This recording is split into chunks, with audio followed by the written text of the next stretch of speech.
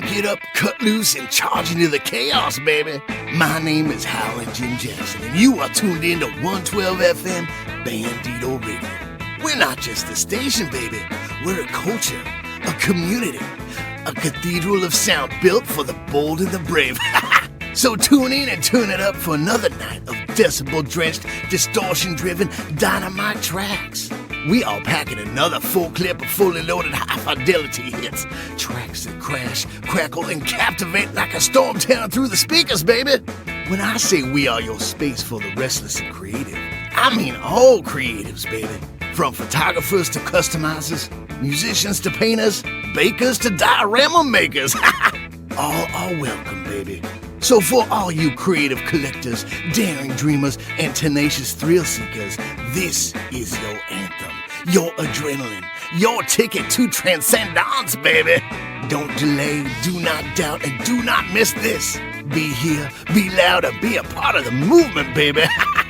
So let's kick off this block with our friend and yours, Chris Turner, and his rockin' arousal titled Juice. Turn it up! Ow!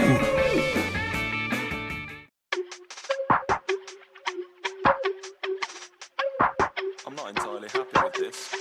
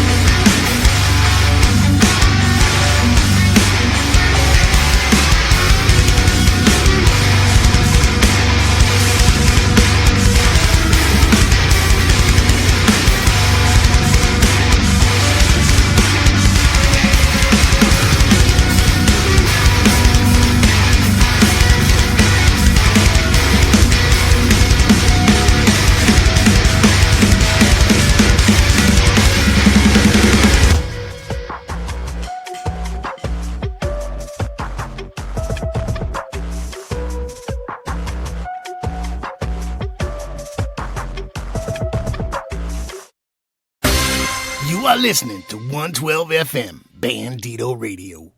You artist alert. You artist alert.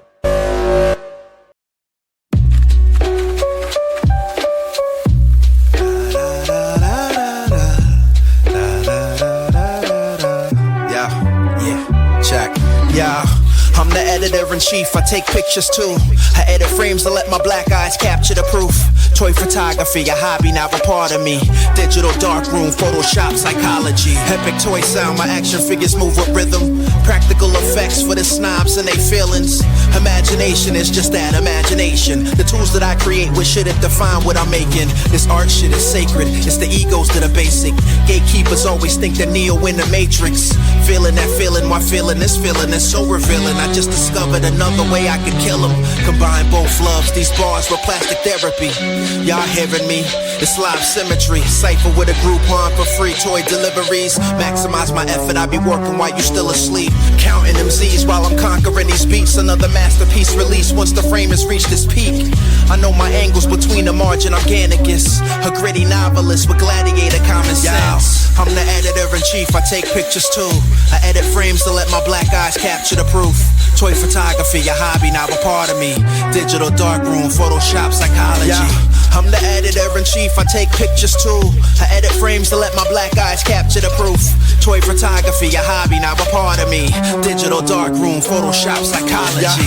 Freedom or death to the last of my breath. I guarantee what I create in between will stay fresh. I do more with less, this talent is authentic. Homegrown, represented by glitches within edits. From shotcut to Pixar Pro, clinging to AI. May I? Don't mind if I do, it's a chill vibe. I switch styles, I keep many in pocket. Y'all some one-trick ponies in closets, I got options. The plot thickens when you listening to wisdom. So I suggest you chill before the tea starts spilling.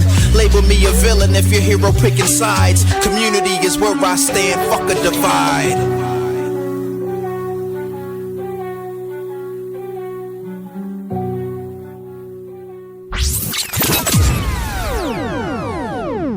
That was Arsun Fist.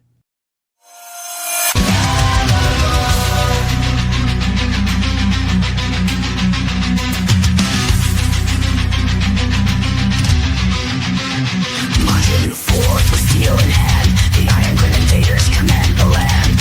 Under the Destro's gaze, the world will yield. An army forged in fire, a living shield.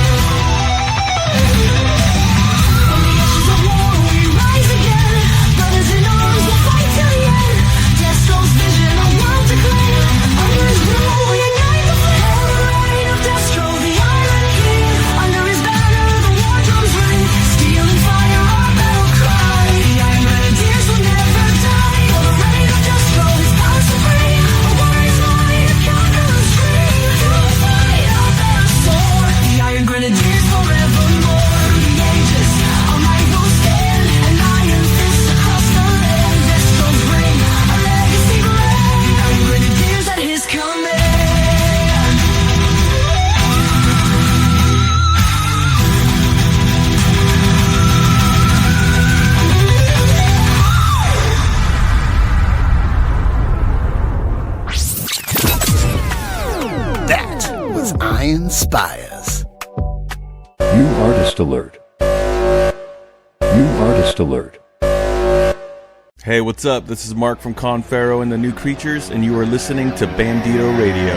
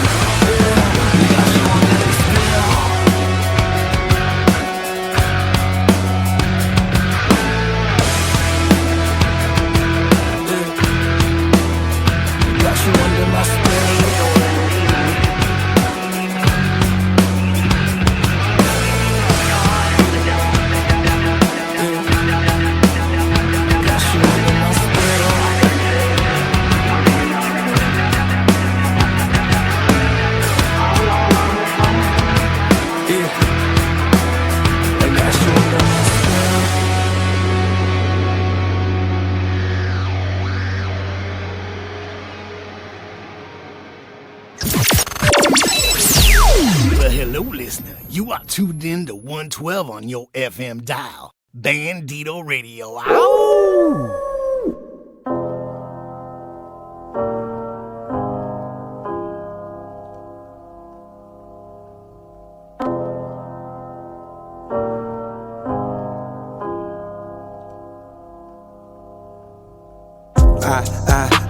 I really hate that you had to hear it this way. You was worth more songs to the mixtape. You need to know you was more than a mistake. It was me who had switched up midway. I can imagine what your friends say. He always had to have it his way. Fuck him, you don't need him, girl, let alone the hallway. Ain't enough wine for the heartbreak. Ain't enough time, we in Pompeii. Trying to hold on, but it's too late. Now I'm in the line with a fool's weight. Could've had it all, but I pushed you away. I wanna be alone, I ain't got shit to say. But it's only temporary pain. Y'all can say I'm always in the way. Everybody know it's over, but you and I ain't all at fault.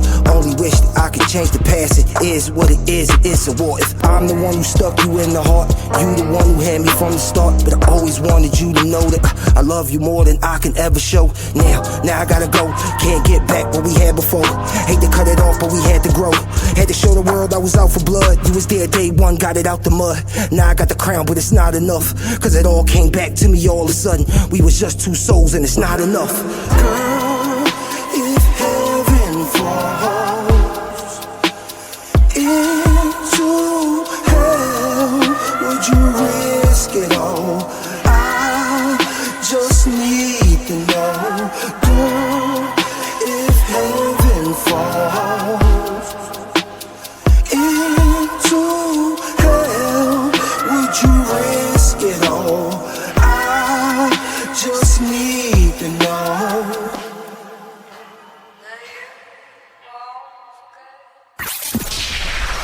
Yet another great jam by Noel. Are you ready for a new era of storytelling? Advent Comics is here, delivering hard-hitting action, unforgettable characters, and worlds that'll blow your mind, baby.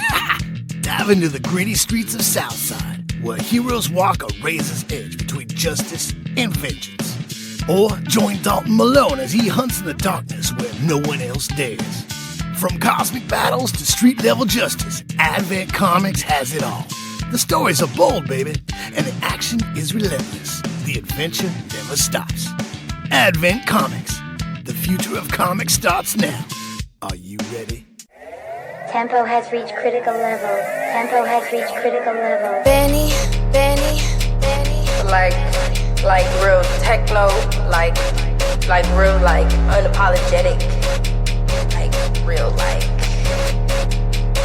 edgy.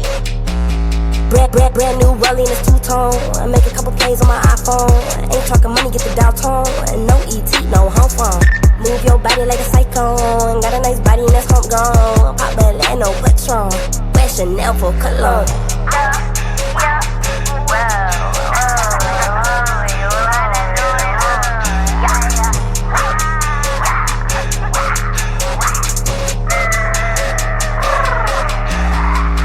Bitch, Hollywood big wig, big talk, big lip, 40 with the big clip.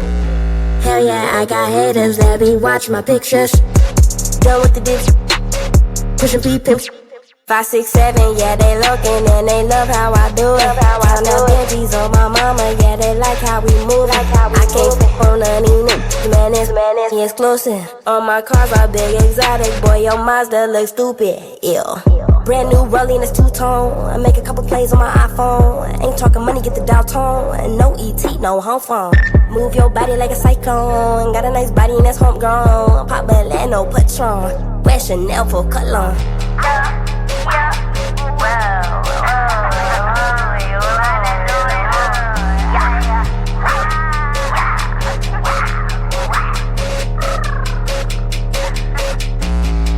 Neck wet like a puddle.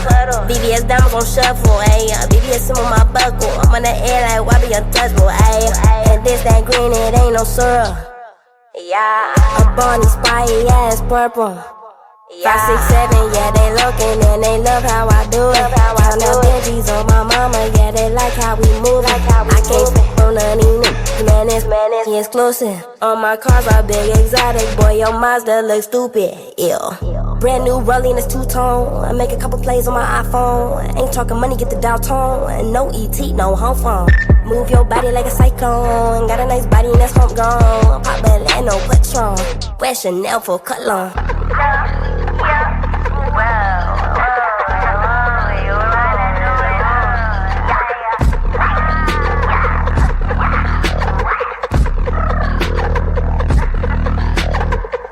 Brand new rolling is two-tone.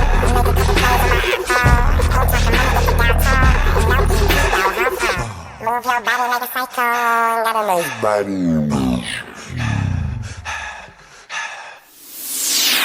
That was Ray Millie. This is Howlin' Jim Jackson, and you are listening to 112 FM Bandito Radio.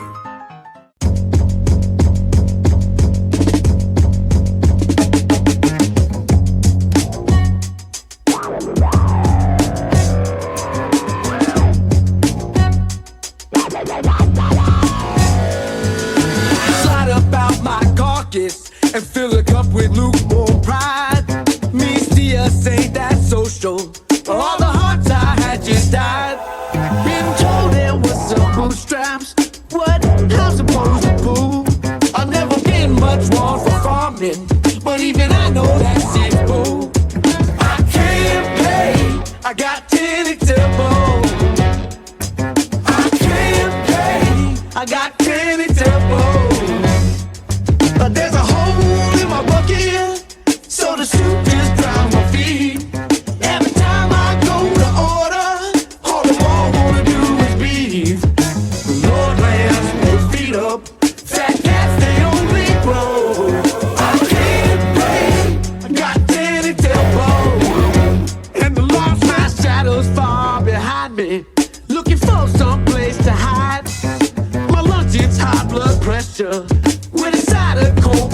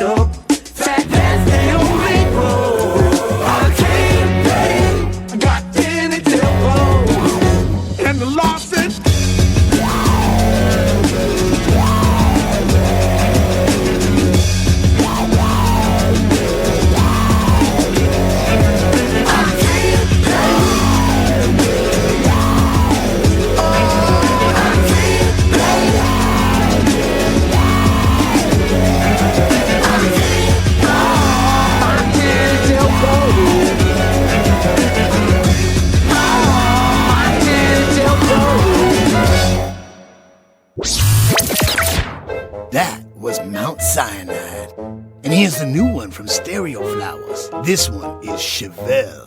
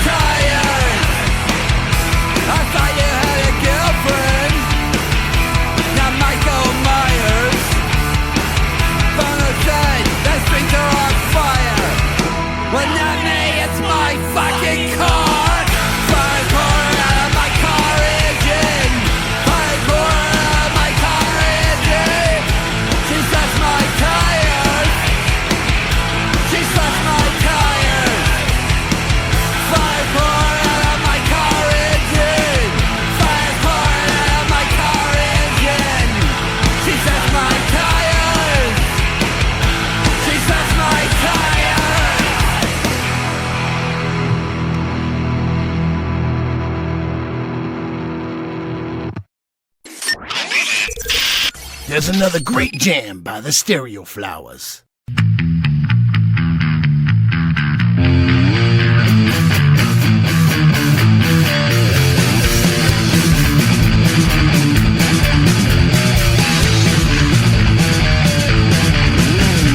Just shut up and leave me be. You don't mean nothing to me. You're a bug of thing and fly from the butter when you die.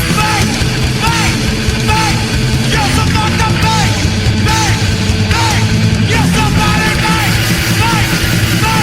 you're so fucked up,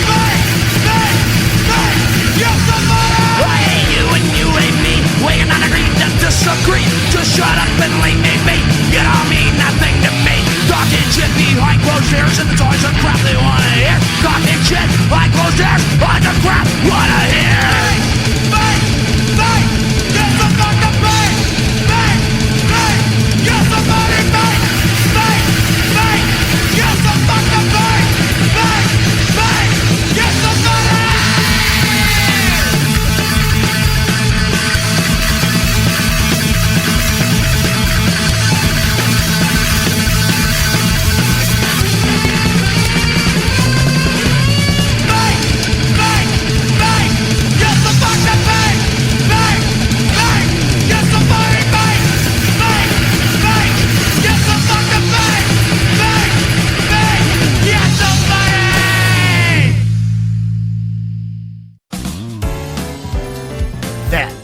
David Koresh Choir. You are tuned in to 112 FM on your radio dial. This is Bandito Radio.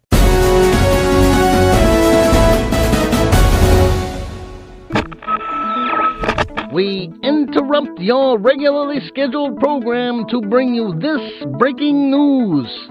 We have an urgent update on the high-speed chase caused by the infamous vehicle known only as the Bandito. Just mere moments ago, authorities tracked the rogue muscle car tearing through the city's industrial district at breakneck speeds. Eyewitnesses report that the driver was weaving through cargo yards, barreling through a chain-link fence, and even using a loading dock ramp to jump over a moving freight train. This leaving officers stunned and struggling to keep up. Police helicopters are now in pursuit, but the Bandito's driver seems to have no intention of slowing down. Officials are urging citizens to stay off the streets and out of the way as this high-octane chase unfolds. Where will this reckless rampage end? Will the Bandito be stopped? Stick with us for the latest developments as law enforcement scrambles to bring the Bandito to justice. And now back to your regularly scheduled program.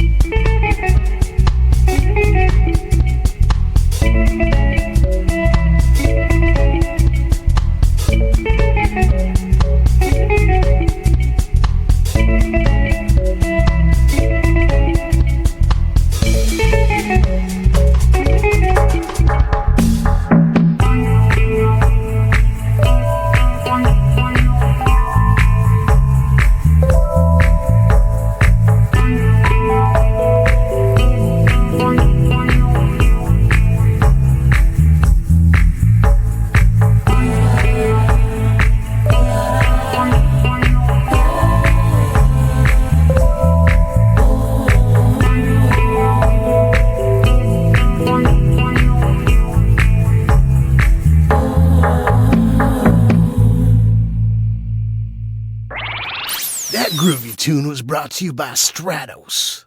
New artist alert. New artist alert. Yeah, it's good, man. Ain't shit. I'm at the bar with Gandalf, sipping some witch's brew. That Merlin cooked up, Oracle passed me another cup. I'm trying to get drunk, today wasn't a good day. Ran into Morgan Le Fay, she makes my head ache. So keep that butterbeer for Potter's tears. No going backwards for them younger years. I embrace my fears, the hug is real, word to Voldemort. I play a different sport, David Lopan probably won't endorse. There's big trouble in your little construct. Your sound sucks, ask your father, turn your amp up. Gandalf, always talking about some hobbits. I'm more interested in topics taller than Frodo's logic. Simple rhyming, gatekeeper like a virgin hymen. Student of the boom bap, raised on a soul clap. I got a bachelor's degree for spitting old facts. So hold that as I exhale and bring the essence back. Never mind, my design is not an easy find. Celestial concubines adorn my inner shrine. I say what's on my mind and write it how I speak it, partner. Deliver ether in a cartridge like if Sega dropped it. J. Rule said you can't stop the profit, so come clean, the damage I bring is catastrophic. Therapy projects, recovery's a process. No time for slouches in a room with no couches. I stand up and make the most of when my pen plays. A culture serenade sharper than a switchblade. Nature sensei, organically I bring flames. Yo, you know my damn name. Even in the material world, you'll find that if you look for the light, you can often find it. But if you look for the dark, that is all you will ever see.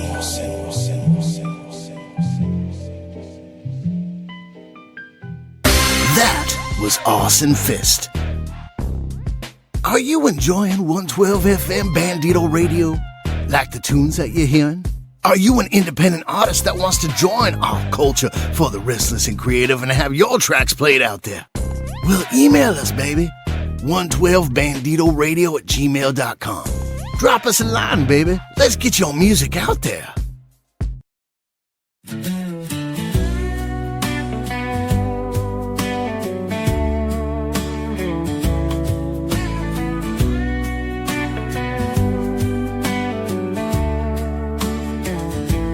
What's the point in keeping on when the fire's burning low? I thought we were the same, darling, but now I just don't know. I gave you my heart, my soul, my fight, but every road feels wrong tonight. I'm wrong, but not 'cause I am. It's just you're always right, and I'm a man. I'm wrong, but not 'cause I am. It's just you're always right, and I'm a man.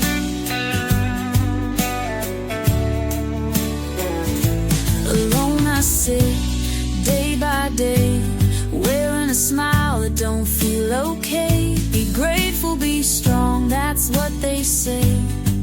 But my voice gets lost along the way. Am I appreciated? Am I enough?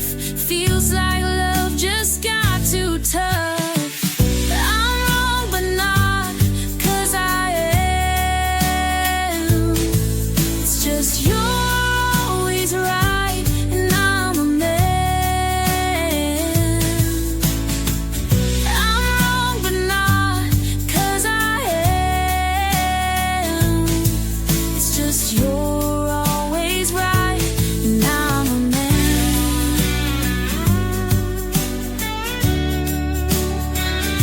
You say it's me, you say I'm blind, but I'm just tired of reading the signs.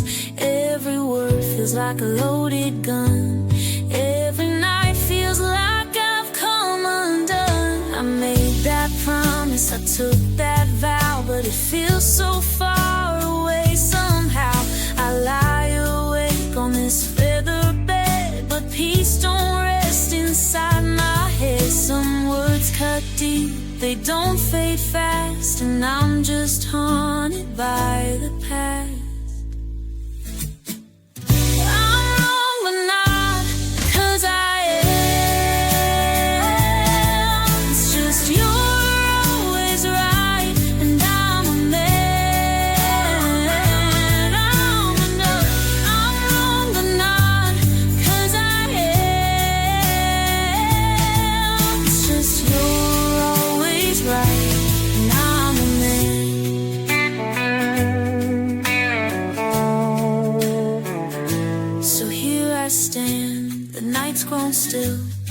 can hear it calling from the hill. A siren song so sweet, so long. Whispers telling me where I belong. I've given my all, I've paid my dues. But darling, tonight I'll finally lose. I wanted to be wrong, but now I'm gone. Fading out to my siren song.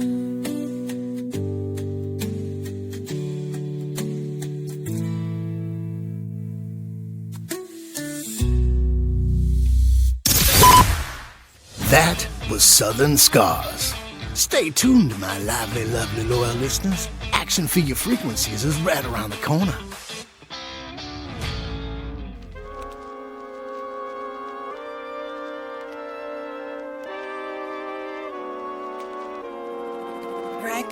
No back of the bus, we lift the bus. Ridiculous, no need to fuss on what we did for us. No handouts, we hand out hands. We've been bout plans of 40 acres of land that can't cage us. I'm so Luke Cage, amazing, gracious enough to spare the brute fade unless they really want it. And I ain't ducking from it, I'm static. We shock them till they get it, I guess they gotta have it. The roadblock of the block, small enough to be a dock. Moving smiles with the jazz, Captain Sam with the plan. I can, I guess I'm really good in the jam. The rest is up to Rick when he come through with the band. We got what it takes to be a hero. They see it everywhere, wherever we go. We here to save the day and all the people. Repeat, bro. We know we got what it takes to be a hero. They see it everywhere, wherever we go. We here to save the day and all the people. Repeat, bro. I'm melanin man, defy your felonious plans. I know you jealous, but damn, don't you dare insult my intelligence. Sam was never my uncle, just a super villain. Hopped in the phone booth, protect the women and children. Frankly, Franklin, we the most level-headed. Peanuts to an elephant, don't let it regret it.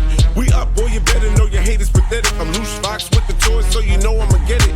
Neighborhood was Krypton, get green like it's Jon Stewart. Make me pull out my ring, homie, and it's on. The blue marvel I do, homie, if I'm on with the steel. They walk a blade, is here to convey that. We know we got what it takes to be a hero. They see it everywhere, wherever we go. We here to save the day and all the people. Repeat, bro. We know we got what it takes to be a hero. They see it everywhere, wherever we go. We here to save the day and all the people. Repeat, bro. Look up in the sky. This looks like a job for Repeat, bro. Fate rarely calls upon us at a moment of our choosing. I'm ready. How about that new one from Toys, Noise, and Action Figures? You are listening to 112 FM, Bandito Radio.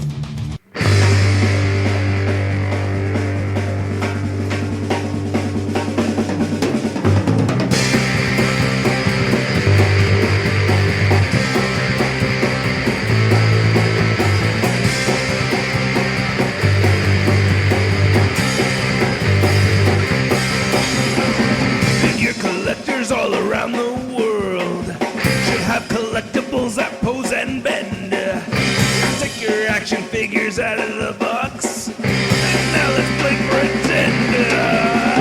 Posing action figures, I'm posing action figures, I'm posing action figures every day. I'm posing action figures, I'm posing action figures, I'm posing action figures, it's okay. Bit on card collecting is not for me. I crack them open right from the start. Get your cutout styles and the effects. Make articulated comic book art. Posing action figures, I'm posing action figures, I'm posing action figures every day. I'm posing action figures, I'm posing action figures, I'm posing action figures, it's okay. I'm posing action figures, I'm posing action figures, I'm posing action figures every day. I'm posing action figures, I'm posing action figures, I'm posing action figures, it's okay. Don't judge me when you see my cart is loaded. A new wave of legends hit, how do you not know this? And if you're gonna ask, are they to resell or open? Let me ask you, why the hell they give it double jointed elbows? Why the hell they give them double jointed knees? The heads look up and they give it ankle pivot. The average and the T-joints, man. them out of the box. Posing action figures, I'm posing action figures, I'm posing action figures every day. I'm posing action figures, I'm posing action figures, I'm posing action figures, it's okay. I'm posing action figures, I'm posing action figures, I'm posing action figures every day. I'm posing action figures, I'm posing action figures, I'm posing action figures, it's okay, it's okay, have fun, you're away, posing action figures, it's okay. The one and only Shottimus Prime.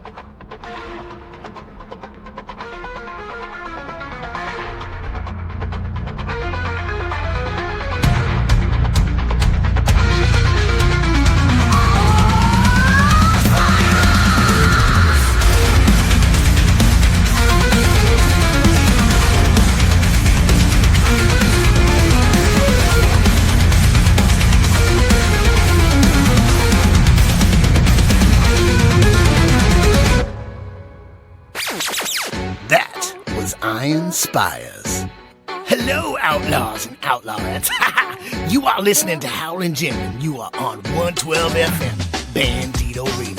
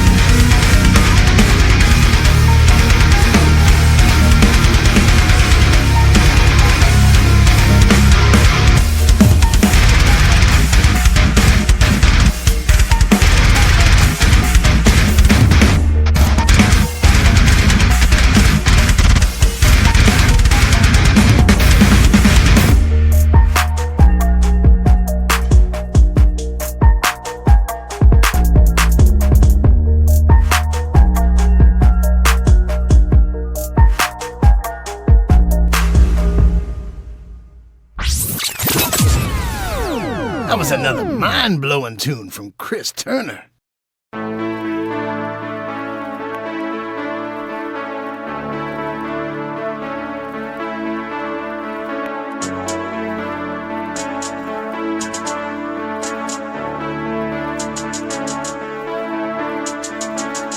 Now I'm out in the rain, trying to say anything just to try to get her back. Neighbors heard everything. If she ever open up, I'ma give her everything. Cause I gotta try to show her she was worth everything. Sports watch, gold chains, I'ma throw 'em in the flames. She was always parachuting, I'm the one who cut the strings.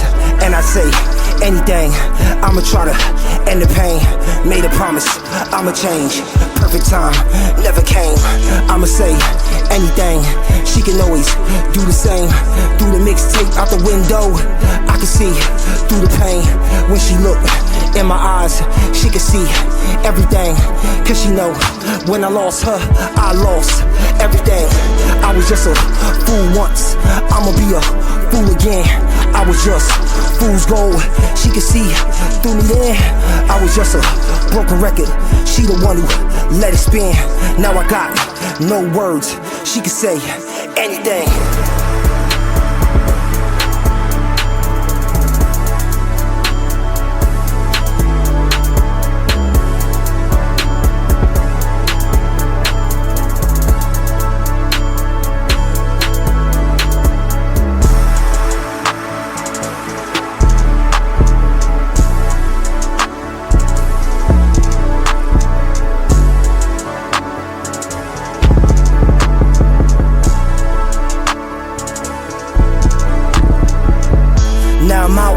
In the rain, tryna say anything just to try to get her back.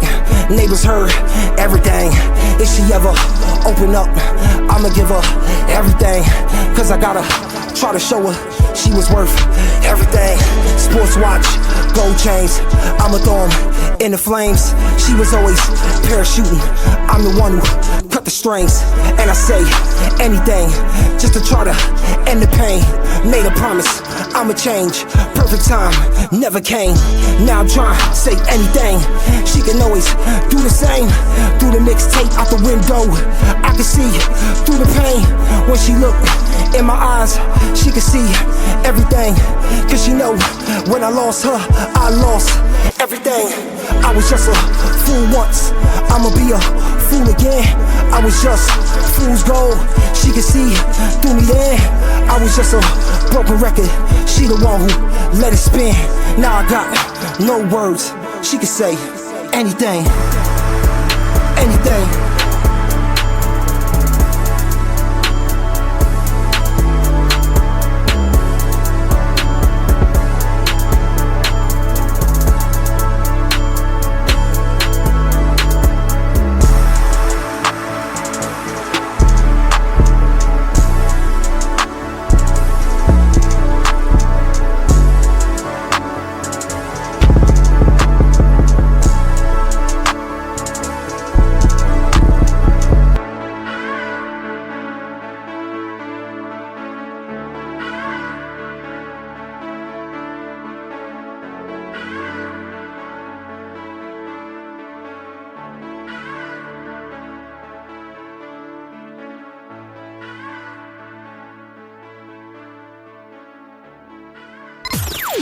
Yet another great jam by Noel.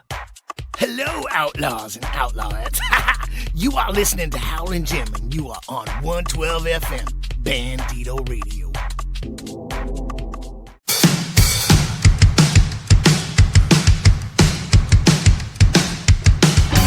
We were racing towards the uncanny valley. Process moves and let's bedtime story. They left a sunny stereo and some deadly flowers. Delusional hope in a fire.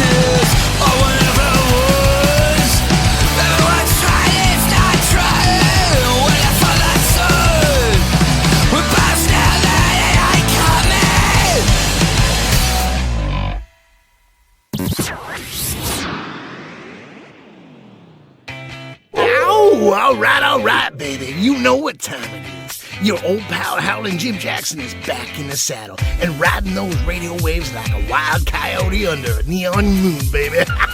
You listening to 112 FM Bandito Radio, the only station that blasts through that static and straight into your soul.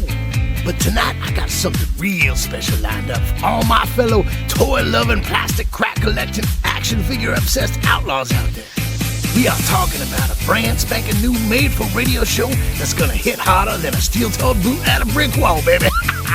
I give you Action Figure Frequencies. That's right, a sonic deep dive into the world of toy collecting, custom sculpting, vintage gold mines, and everything in between.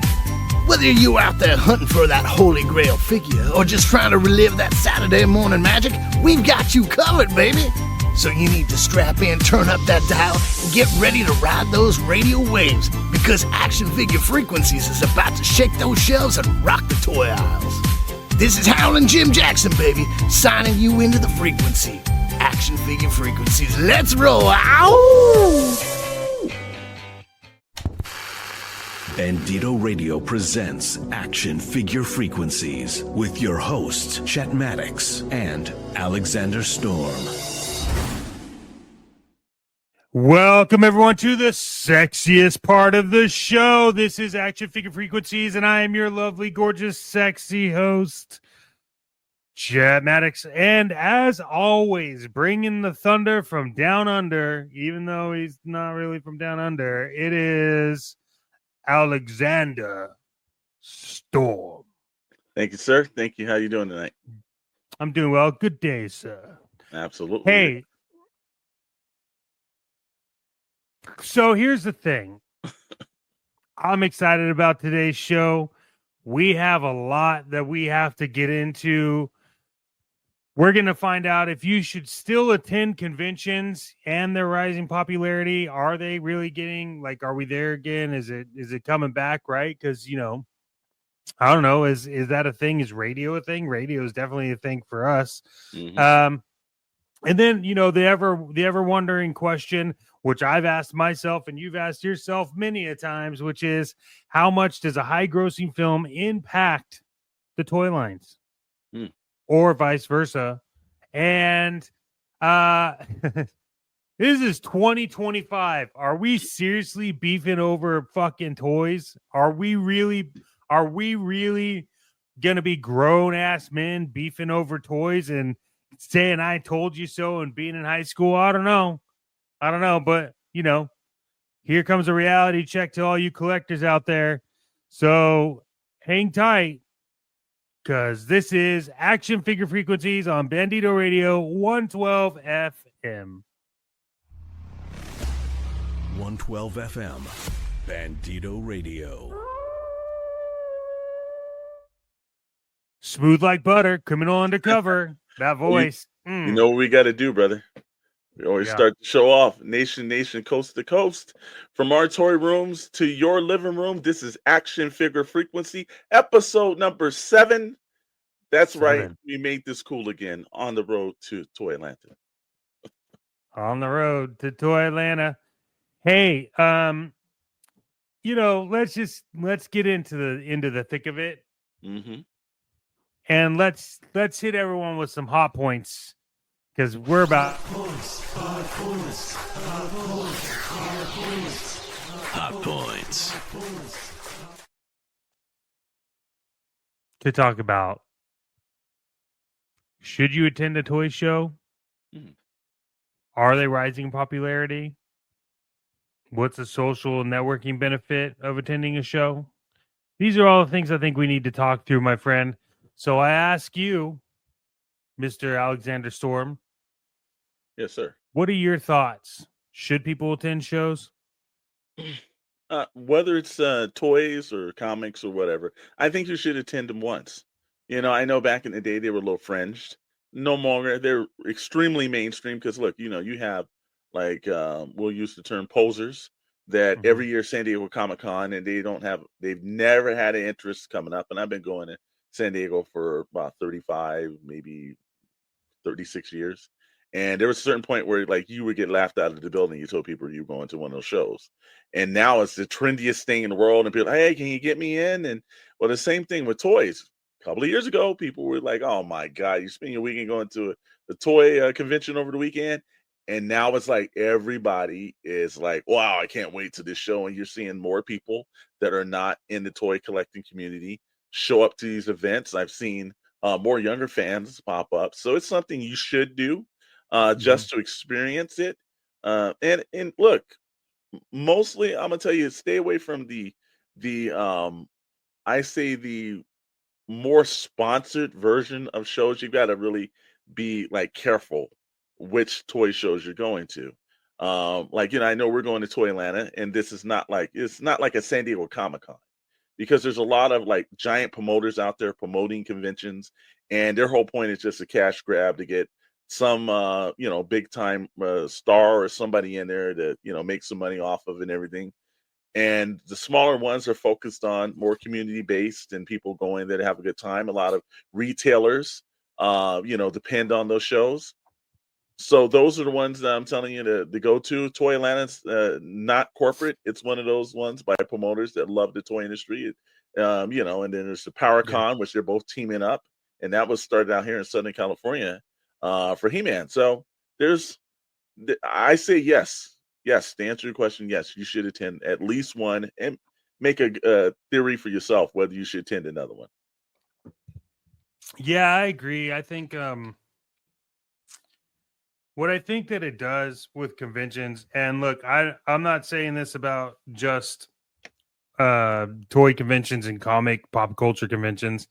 I'm talking like tattoo conventions, like film conventions, horror conventions, any kind of convention that you're into. I think that it's super important that you go to them, because it does keep your creative mind going. We're so stuck in this idea that we have to produce, and then no one, you get stuck in your own like rat maze of trying to figure out life. And I think when you take the opportunity to go to a convention like this, and I know for you and I, we're gonna be driving to Atlanta, and we're both just talking about what a good like reset it's gonna be on the brain, just being able to like drive out there. And that's really the big reason why we decided to do the drive instead of flies, because it's just like, no, it's just a good way to like detach and see things. And I think there are social and networking benefits to going to these as well, especially if you're going to one that's in like your niche or your expertise. And look, I'm talking like, even if you're like a motivational speaker and you're going to like business conventions, like there's always something there, and you can always learn. And I think that's important. And there's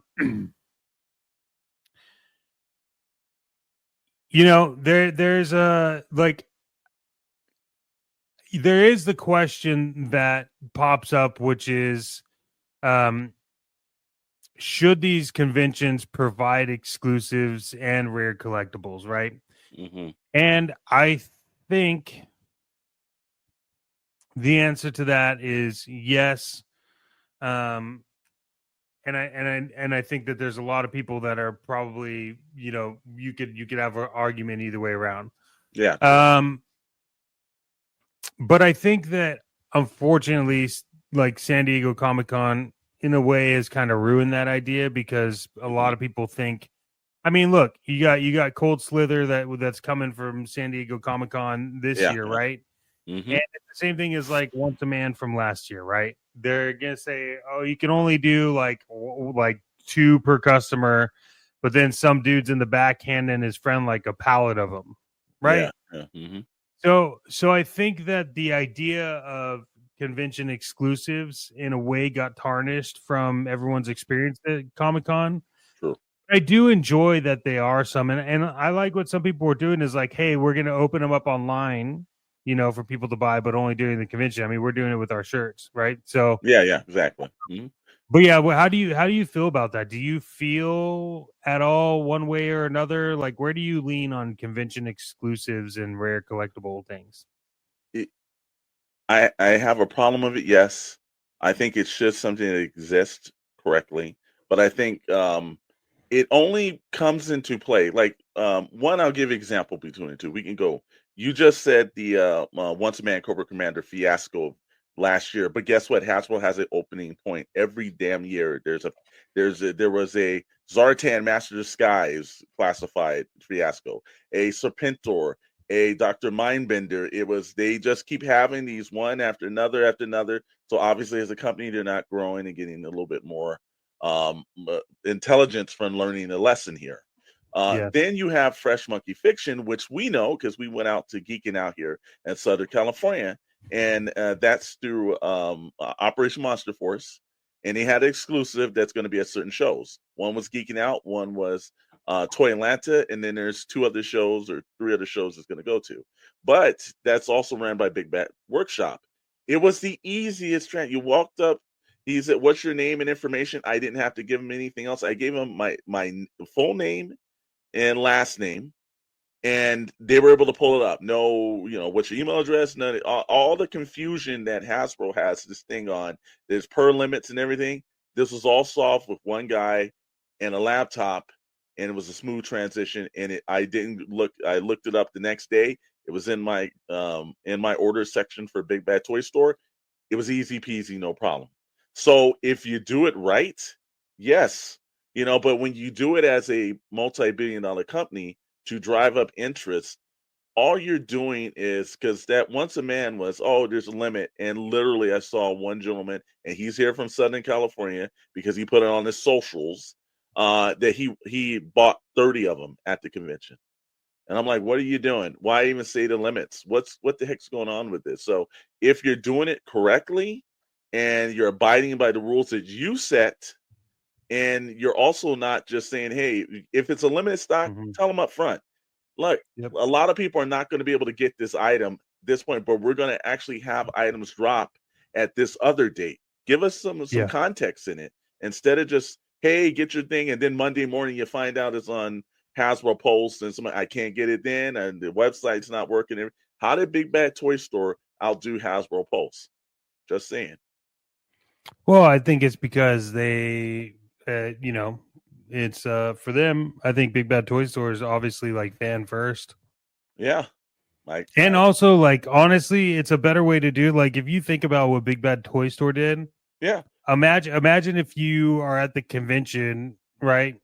And instead of bringing all of the convention exclusive to the convention, you just had the thing set up, and then as they were ordering it, you had someone at your warehouse just shipping them that day. So it's like, if you're at the convention, you'll get it faster. We're shipping them the same day, so they'll be at your house by the time you get home from the convention. You don't have to, you know what I mean? And so, I'm with you. Like, I just don't. If you're gonna set a rule, set a rule. If you're not gonna set a rule, then don't bother. Like, just free for all it and don't worry about it. Yeah. No, I agree with you. I think there's a right way to do it. But it seems like there's just a point of, like, sometimes overall, again, that's why when I was using the depiction of what shows should you attend. Look, I got to be honest with you. I've told many people this over the last 5 years. Stop attending San Diego Comic-Con. They don't give a shit about the fan industries. They don't care anything about fans. They don't care anything about the artist. They don't care anything about your experience. You're going to pay $1,300 for a set of hotels per night somewhere. Well, to put this in clarity too, for anybody out there listening that isn't aware, Mr. Storm here, while he's been going to San Diego Comic-Con for well over 30 years, also this was the first year that we, as a company that has board games published, and we have websites and the YouTube channels, and you and your team have multiple comics and written movies and films and edited films and edited trailers, and it's all you can go online, and you guys have IMDb pages. Yep. I mean, the shit's like endless, and none of us got approved for the pro badges. And the explanation was given, which was the apparent big slap in your face. Again, we just hate to put my credentials out there, but worked with George Romero, worked with the producers of Final Destination, the brand new version that's coming out in theaters. Worked with those producers on an independent film just recently. They stated that I did not have enough industry experience. And I thought if there was anything of an AI generated response back to not actually going through and looking. And then, you'll find out that some guy that, just got onto a hit TV show got passes in there, So First it's time, just yeah. first time They're- ever they- coming. Yeah, and they walking just don't in. give they just don't give a shit, man. They It's like stop caring. Mm-hmm. yeah, it's like what are my credentials? I don't know. My board game sold worldwide. Forget I don't know. Like I've done comics. I've But they done. said no. Wait, hold on. Now, if it would have only sold regional, they said it would have been good. But worldwide, they said no. It's cast too much. For Yeah, that. worldwide they're like, They can't dude, track nah. it down. There's no way a team of one man did that. That's your line. It's like, all right, you can go look at my receipts online. Yeah, I think that's why San Diego Comic-Con is basically trash now. Yeah. And there was this idea that we were going to get it back and Hollywood is going to go away, and then like, we're bringing Hall H back because we got more money from the bigger, and it's just like, yeah, but you also spending more shut money. it. You're Go spending ahead. more money per day as a family to go. 300, by the way, Yeah. $375 for the weekend pass now. Yeah, and that, to be quite honest with you, that I understand that that's a day to Disney World, but shit, that's a day to Disney World, not to San Diego Comic-Con. That's just to get in. That doesn't include food. That doesn't include the booth space like- went up. It's one of those things where they've gotten so completely out of the point of what it was essentially that they've forgotten where they were. And same thing with WonderCon. I'm absolutely ecstatic that Toylanda's on the same week as WonderCon. So WonderCon's the 28th through the 30th. Toylanda's the 28th through the 30th. I think more competing, conventions need to pop up across the U.S. because I really do believe that the organizers at San Diego Comic-Con organization need a slap in the face of because when Hollywood wasn't going there, they were begging fans. As a matter of fact, I got a phone call from somebody from the actual the administrative office asking us if we wanted a table when Hollywood wasn't attending. That's how bad. And let us know if you want a table next year because they were begging and pleading to keep them in. And then this year happens, and it's like I've seen it happen for the last 10 years where there's ugliness. So if you're going to attend the conventions, make sure it's like a fan favorite one, and it's not like a level where it seems like it's a exclusive club that the bouncer can tell you you're good enough to get in and not. That's not what you want to attend. You want everyone to get in, have a good time, and enjoy themselves. Also, that's the key point. Like, if you go to one of these smaller ones, you're gonna have a better time. Yes. Because yes, you may be able to walk the whole thing in one day. Yep. Sure. I get it. But then the next day you go back, you could walk the whole thing again, but then also you probably be like, oh, I want to go sit in on this panel, or I want to go see this, or I want to do that, or you can meet up with somebody, or I mean, hell, if you're passionate about toys or games or whatever, you can hit somebody up about possibly partnering and start your own project with them, right? Like it's like the networking piece is so much more attainable through a smaller toy show than it is like something to the magnitude of San Diego and even WonderCon. Like it's all. And remember, WonderCon and San Diego Comic-Con are all owned by the same company, and it doesn't. And you can tell because it's all dumpster fire every time you go. Well, here's the funny thing. Todd does comics, and I more than understand it, but he also does toys. He's attending WonderCon. He's not attending Toyland. Now, which one you think is more of his bread and butter at this moment? Yeah, it'd be Toyland. I would just be attending a toy show. It would make better sense than to go in a dying art form. It just makes sense. Well, and that doesn't make any sense to me because, like, what is WonderCon at this point? Yeah, it used to be WizardCon. Well, here's the thing. So you got to do the whole weekend. You're Todd McFarlane. You can't just get on a plane and go to Georgia. Well, for a day. send somebody. Why can't you send somebody? Representatives to represent you? It makes no sense. But you much rather sit on WonderCon and everyone's complaining about it because it's just not as enjoyable. It becomes it's like Disneyland on a holiday. That's the worst day of the world to ever go to Disneyland. You're not going to enjoy yourself. But go on a Tuesday in the middle of the month around No Point. You'll probably have a better time. That's what a smaller convention is. It's like, not oversized crowds. You can enjoy yourself, speak to creators, speak to toy industry individuals, whatever it is, certain tattoo ones, speak to tattoo artists. You have the opportunity to sit there and actually branch yourself into community. And that's what it is to attend any of these events, is to build the community of people that are like-minded like yourself, that you all have a passion about, Yeah, and I think when you think about this community, right? Yeah. And Absolutely. you have WonderCon happening and then Toy Atlanta happening at the same time. Absolutely. I don't know about you, but sometimes I get this like FOMO, right? I know. Which is why I'm really, really happy for our newest sponsor of the show. Yeah. Let me just ask you a question, Chet. Yeah. Do you suffer from toy FOMO? The fear of missing out on the latest action figures, exclusives, and hard to find grails? Are you refreshing your pre-order page at 3 a.m. in the morning? Have you convinced yourself that you just don't need another Batman, only to buy 2 more? Yeah, if your wallet's on life support and your shelves are crying for space, you might have toy FOMO. But don't worry, there is help. The experts at the Toy FOMO Treatment Center specialize in helping collectors like you find balance, or at least an extra shelf. And you could be wondering, do they have something to help me? Well, they offer a simple 5-step, that's only 5-step recovery program. Denial, I don't need another Spider-Man. Anger, why is it sold out already?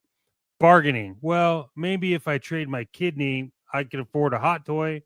Depression, I should have pre-ordered. Acceptance, I'll just wait for the inevitable release. With their expert guidance, you'll learn healthy toy buying habits, responsible spending, and most importantly, when to let go. Or, just buy it now before it goes triple on eBay. Chet, no. That's not what they teach. It's not? No. Okay. But what if it's a convention exclusive? Chet, come on, my friend. Come on. Right. Okay, look. Mental health is a serious issue. There's hundreds and thousands of people that struggle with mental health. It could be anything, right? Absolutely. But at the Toy FOMO Treatment Center, they can help. I think, probably. Call now and mention Action Figure Frequencies to receive their exclusive One More Shelf Won't Hurt counseling session. Absolutely free. And that's crazy. Like, to get the One More Shelf Won't Hurt counseling session for free just by calling is insane. And if you do see that rare figure, maybe, just maybe, you should grab it just in case. 112 FM, Bandito Radio.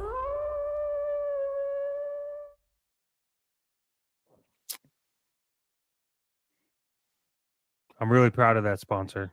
Yeah, you know what? People just don't understand that there are people out there that, just can't help themselves, man. So I'm glad they're around. And, they're doing a vital service, man. They're doing service for the people, man. They are. And you know what? This wouldn't be Action Figure Frequencies if we didn't have toy news. And now, toy news. All right. So I mentioned it at the top of the hour, and this is my question for you, sir. Okay. Are you ready? I am ready. Did you prep yourself? No, I did not, because it's a surprise question. You told us in the meeting that we weren't supposed to prep ourselves. So was I supposed to do that? That's correct. I don't know. Did you take a shower this morning? Do you feel comfortable? Are you hydrated? Do you have water? This may go sideways. Let's go. It could go sideways, but here's my question for you, and listen carefully, and I would like the answer in the form of a question. Oh no, this is not Jeopardy. How much does a high what? I said it's not Jeopardy. Hey, how much? Okay, no, seriously. How much does a high-grossing film impact the movie-inspired toy lines? Do you think the sales of them, like Wolverine, Deadpool, and stuff? What do you think? Since it took them almost 6 months after the movie that said my my Wolverine to me, I don't think it's really impacted it that much anymore. I'm sure in the 80s and the 90s, and I think what I will say the film that probably started that was probably the Batman 1989, because it was like They had the cereal.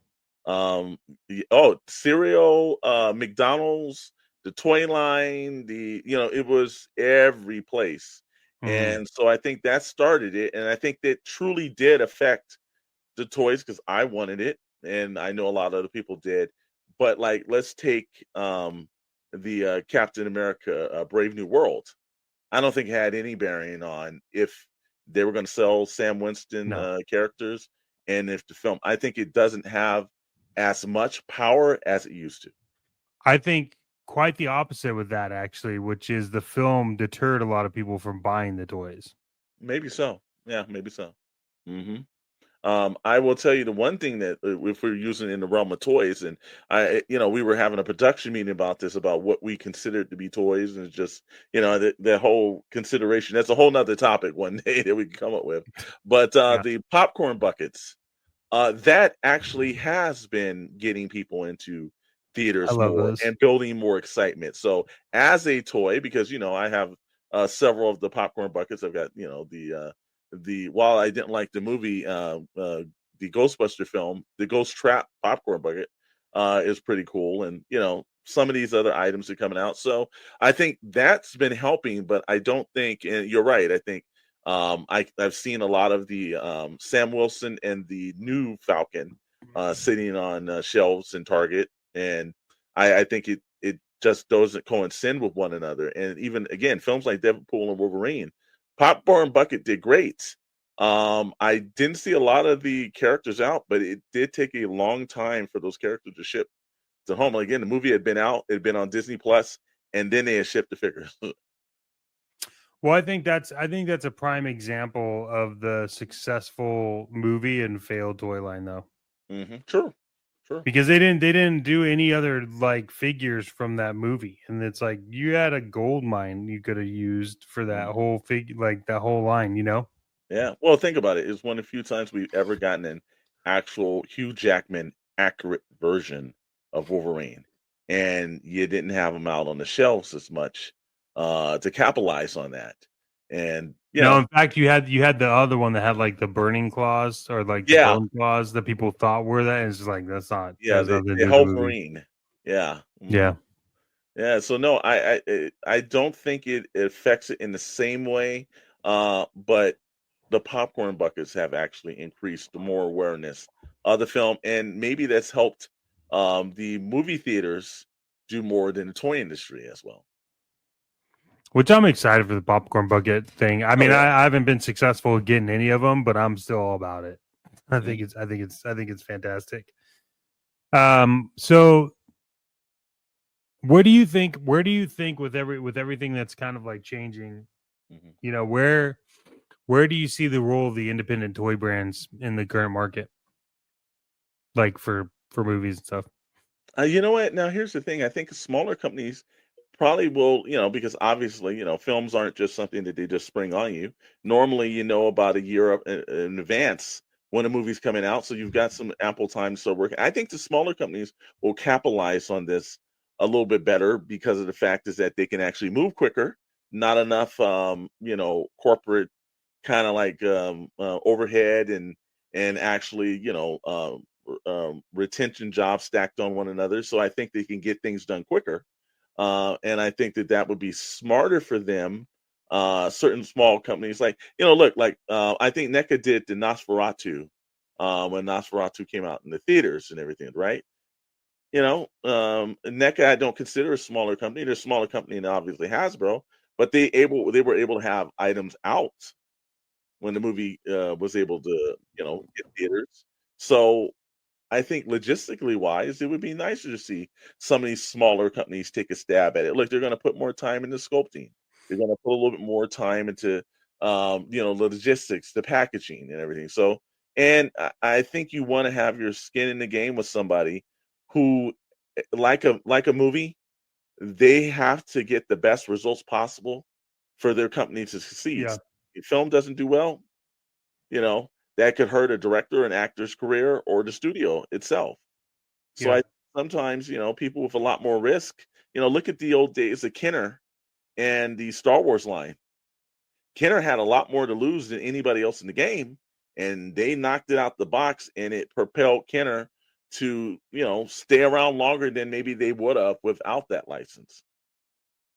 Yeah, it's true. So it's worked. I'd love to see some of these smaller companies take a crack at some of these films. I know that obviously Disney and Warner Brothers kind of have their set, but there's a lot of other companies. Look, I think I've said this before. The greatest example of a company failing its film franchise is Universal. Universal had the Fast and Furious. You mean to tell me, even at the height of that success, a 1/12 scaled line of Fast and Furious cars with action figures, it's not flying off the shelf? It would have been gone. But Universal, You'd have has it a all. resurgence. You would have had a resurgence of people wanting to buy those now. Yep. To put their other figures in. Or imagine how many of the Torinos, the Curse, the cars wrecked almost every movie. How many different versions? How many times could you again? Universal and the licensing. I'm like, what are they doing? There's certain films where I'm like, that would benefit from a toy license, and the shelves would be stacked with those cars, and somebody would have that. But there's some people that are just car guys that just would want the cars and the characters just to put on wall and have nothing to do in the toy industry. Yeah, it's like you get a whole nother audience, like of like there's a massive like model kit building, and so you would have gotten that whole audience. Absolutely, man. Or the people that collect like Matchbox or Hot Wheels. Yep. They'd have been like, I can get a giant version because I just did a Target run video over on the channel, and there's a whole section of Matchbox Fast and Furious cars on pegs, just warming them up. Which is kind of weird because I don't know. There's no new Fast and Furious, is there? Yeah, I think it's still a year out. That last one they did it in a double kind of film, and it's taking a little bit longer than them to do. But yeah, I see a lot of these films that have a smaller company. Can you imagine if a smaller company took on that kind of Fast and Furious license? Like that'd probably be a behemoth for them sales wise, because you're putting in the markets, and that scale had been envisioned with those. Like again, you get Torino, you get the Hobbs or Shaw or any of those characters from that movie and those vehicles, and God knows there are dozens of vehicles in each of these films, and some are in multiple films that they just could keep bringing out and doing. Like at least they're going through 30 cars a movie, man. So it's like you wouldn't want that Mustang from Tokyo Drift.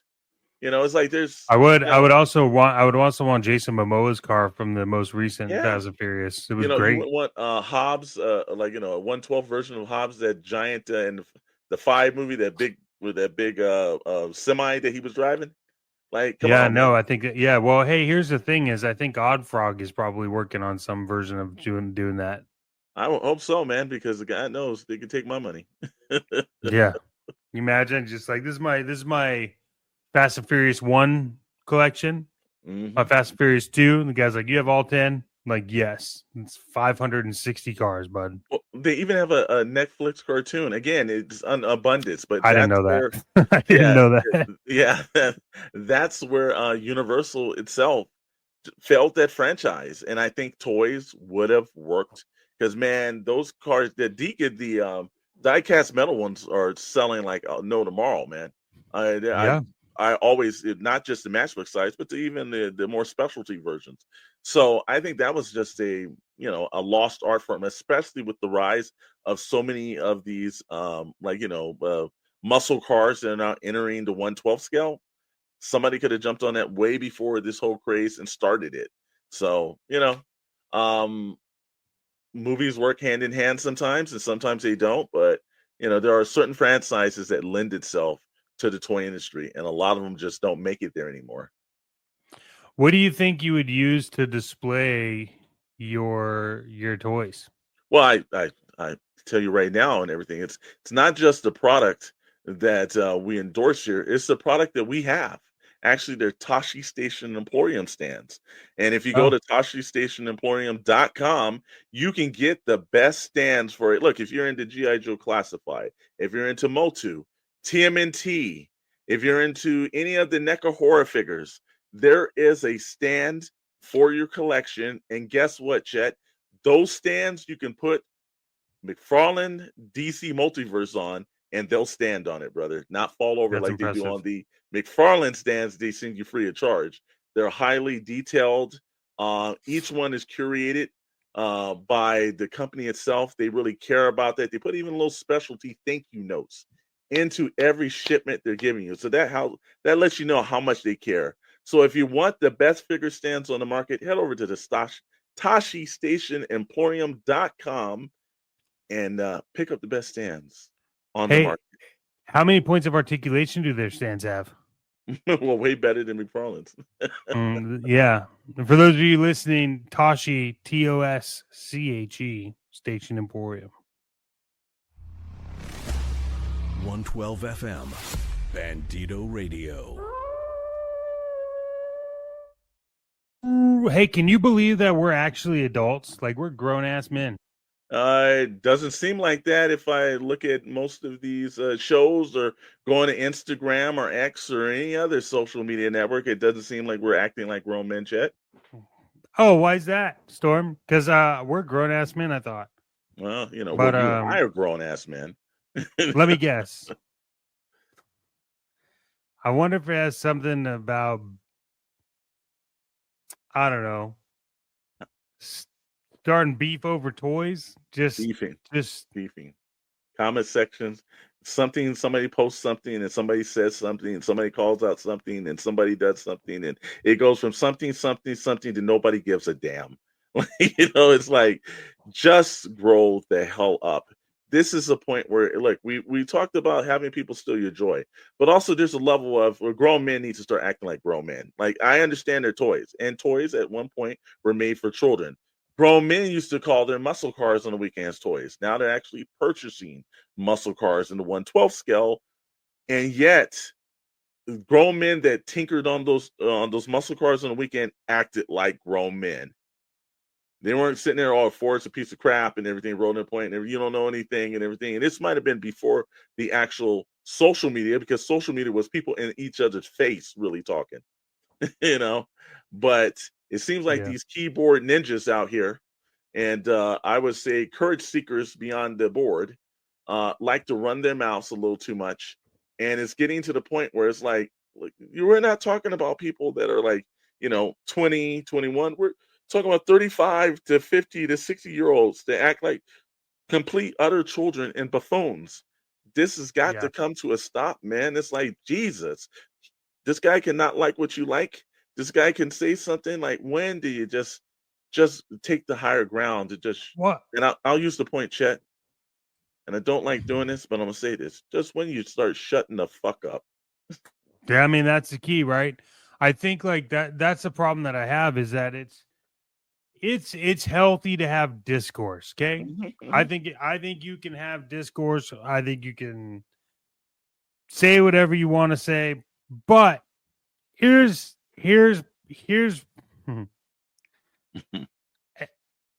I'm gonna try to say this as nice as I can, but I don't care, because whatever I say I could back up in person. So come at me if you want. But here's my point. Have healthy discourse. This is a We've talked about this before. It's like if you go to like Sneaker Con, you can't walk around with your sneakers and leave them in your car. No. You can't, you know what I mean? And but toy industry, you can go to like the Great Ohio Toy Show, which I went to. This dude had a flag outside, was holding it up. Super happy he got it. I was like, that's awesome, right? But hey, if you don't like something that someone bought, totally fine. I get it. Talk about it. Yeah. Mm-hmm. Make your comments. Have your opinions. Voice those opinions. Mm-hmm. But the problem that's happening now isn't even that. And that's not even the problem. The problem that's happening now is that these grown babies are like getting personal with people. Yes. And here's the thing. If I say anything, Chet Maddox on Action Figure Frequencies, also Toy Box Chronicles, also Pixel Plastic Inc. If I say some shit that you don't like, let me know in the comments. Jump on a show. Let's have the conversation. Okay. But if you open your mouth, and start making it personal, always assume it's going to come back to get you in person, because it will. Because you need to grow up. These are toys. These are supposed to be enjoyable for people. These are supposed to be like, and we've had this conversation. I like Marvel Legends more than I like G.I. Joe Classifieds. But you know, you'll say, "Oh, I think this is cool." I'm like, "Not really." And then I'm like, "Okay, I like this one," or "There's some I like you don't like." And then even like from Tashi Station Emporium, which for those of you who don't know is also Sarlacc Digest, they're all about the Star Wars figures, right? Absolutely. I'm not, but I could see them, and hearing them talk and having them actually got me to buy a Star Wars hot toy. So like, that's the key here, is healthy discourse is welcomed in every asset of every part of life. Okay. Yeah. But your opinion is your opinion. It doesn't mean it's right. It also doesn't mean that it's wrong, but it doesn't mean that you can stick your shit into people's business and start attacking them personally. Like that's where the problem is, right? That's where you've crossed the line a little too much. And you know, look, again, you know, I've never been in an industry, and I've been through, you know, like I said, I've been in the transportation industry. I've sat in corporate offices. You know, I work in Hollywood. And look, they say there's prima donnas in Hollywood. And I will tell you this. I have seen some stupid things on set of films and behind the scenes and writers' rooms and everything else.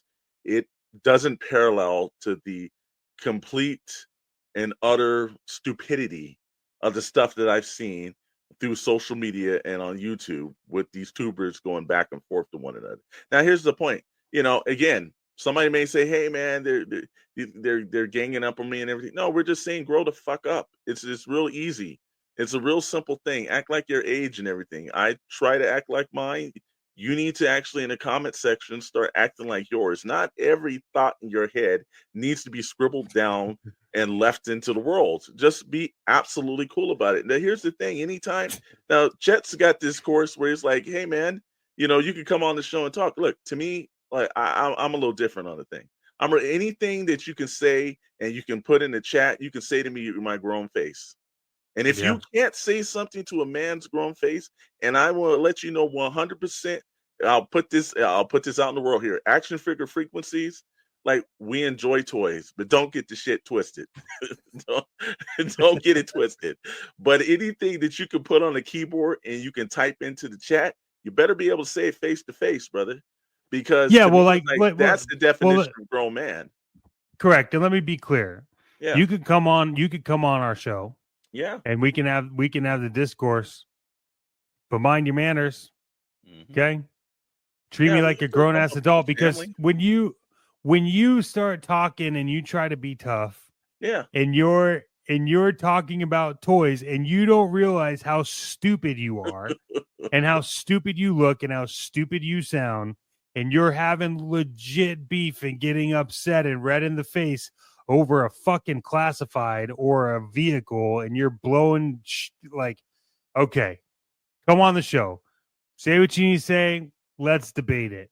Don't make it personal. You'll never have to worry about me ever again. You make it personal. How many conventions have you went to where you walked in the convention, and at the end of the day, you had a guy that you see every convention. Like I said again, you're online, and it's such a great scenario to meet those type of people and build people outside of your comfort zone. That's the best part about meeting people in the community. A lot of there's a lot of great Facebook groups that people are around that do really good work. They do charitable work sometimes. Do you ever hear crap like the 501 from Star Wars and like beefing with some other troop? Like, it's like this is where it gets ridiculous. Like, you don't hear that shit in cosplay, but we're starting to get this stuff in like toys. And it's like, bro, calm down. First of all, never insult someone's family members. There's no need, and never insult someone's character. It's like, No. it's just not that. Again, you don't need to put every thought of your head and put it in the world. You might want to actually start thinking about a little bit of help for yourself to understand why you are not emotionally stable enough to have conversations with grown men without calling them names. I never get that point. It's like, it's very easy. It's taught when we're kids, so it's not anything new, but I've seen it, man. And it's a shame because people outside of the community only see the negatives sometimes, and it's very hard for them to see the positives of what's going on. And that's why I'm glad that we have the fine people at Bandito Radio that have us on so we can actually expose some positives more than the little minuscule negatives that go out into the world. Yeah, and when you're that positive, your future is always going to be bright. Absolutely, man. Absolutely. You know what it is, man? I can tell you something. It's so bright that, man, I need something to put on to block the brightness, bro. Oh, well, we have you covered. If you're listening to Action Figure Frequencies 112 FM Bandito Radio, anywhere you can find it on YouTube, Podbean, Spotify, Apple Music, anywhere, this one's for you. All right, gamers, collectors, and everyone else, listen up, because your boy Chet Maddox is about to change your life. You ever step outside ready to flex on the world, but bam, the sun's out here griefing your eyeballs like an overpowered sniper camper? Yeah, no thanks. That's why I rock Solar Flex shades, the only sunglasses engineered with gamer vision technology, and that's trademark, so don't try to use it. These bad boys don't just block UV rays, they enhance your in real life reflexes. And I'm talking glare reduction so crisp you could no scope a watermelon from across the park. Plus, they've got an anti-sweat grip tech, because let's be real, gaming might be indoors, but we still sweat under pressure. And for my streamers out there, Solar Flex has blue light reduction lenses, so you can go from dominating the leaderboards, more like the leaderboards, to dominating the beach without frying your retinas like a graphics card running on a toaster. So if you want to look good, see better, and flex harder, head over to solarflex.gg, that's solarflex.gg, and use the code CHETVISION for 10% off your first pair. Because Solar Flex shades, because if you ain't flexing, are you even gaming? 112 FM, Bandito Radio. Hey. Sir. Since you're wearing your Solar Flex shades, and they look very good, might I add, sir. Thank you. For the people on audio, I'm wearing them. Yeah, he's wearing them. And if you're a YouTube member of SKN, you're watching this. So what's up? Hey, I think it's time for our weather report, my friend. And now your weather forecast with Alexander Storm.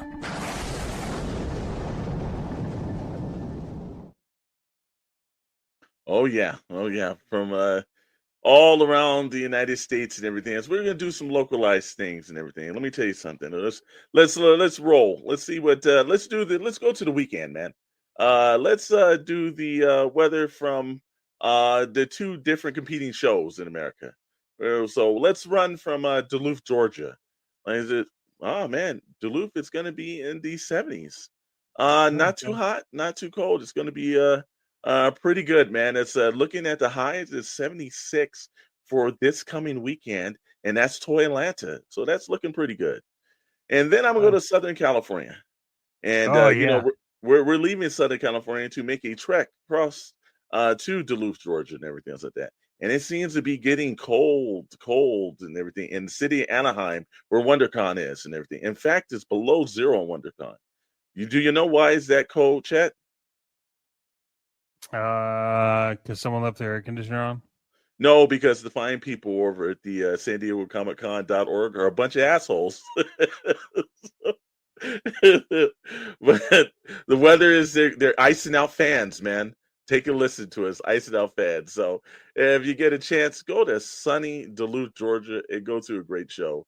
And if you're out at WonderCon, well, parking's going to be a bitch in Anaheim. Yeah, And good that's luck on the that. weather. 112 FM, Bandito Radio.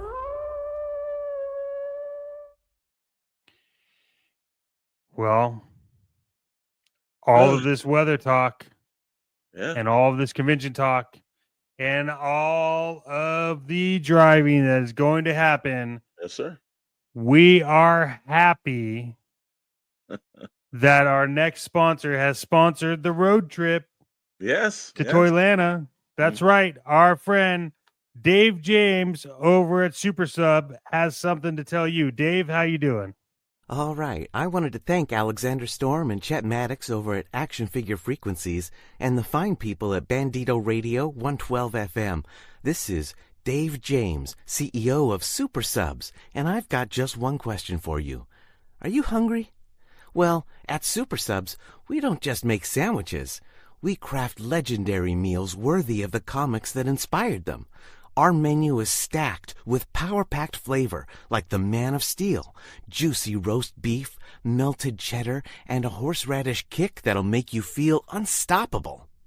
Or maybe you're feeling a little dark and brooding. Then the Dark Knight is calling your name. Blackened chicken, provolone, and a smoky chipotle aioli that hits harder than a Gotham rooftop showdown. And let's not forget the bad guys. We've got the Green Gobbler, a turkey and avocado masterpiece with a zesty green goddess dressing so good it might just turn you into a supervillain yourself. But if you really want to know my favorite, hands down, it's the Jack Kirby, a double-stacked corned beef powerhouse with sauerkraut and Russian dressing on rye. Big, bold, and legendary, just like the king himself. And what's a great sub without the perfect sidekick? Try our infinity rings, crispy onion rings seasoned to perfection, or our crisis fries loaded with chili, cheese, and just the right amount of heat. Look, I could talk about this menu all day, but why not taste the legend for yourself? Swing by Super Subs today and use the special code AFFSUPER to get 10% off your order. And if you use Excelsior, get your fries and drink for free. Grab a meal fit for a hero. And hey, tell him Dave sent you. Thanks, guys. 112 FM, Bandito Radio.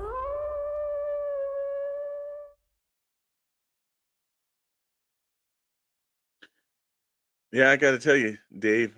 Like I said, it's so nice to have you in the studio. Yeah, thank you, Dave. Look, I'm so excited about that, man. It's great to have Dave on board.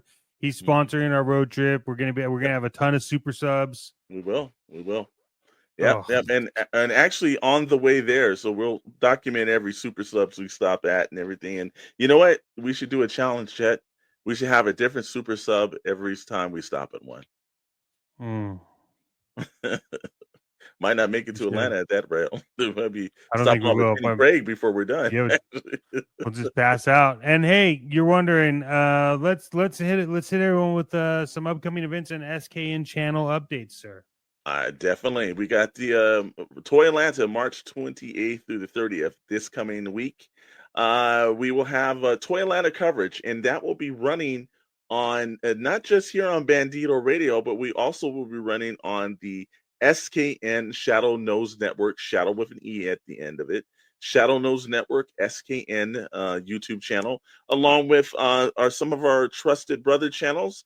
Expect us to have multiple casts running through Bandito Radio, SKN, through the fine folks at the Sorlac Digest podcast pit, through Tommy over at Blitz Transmissions.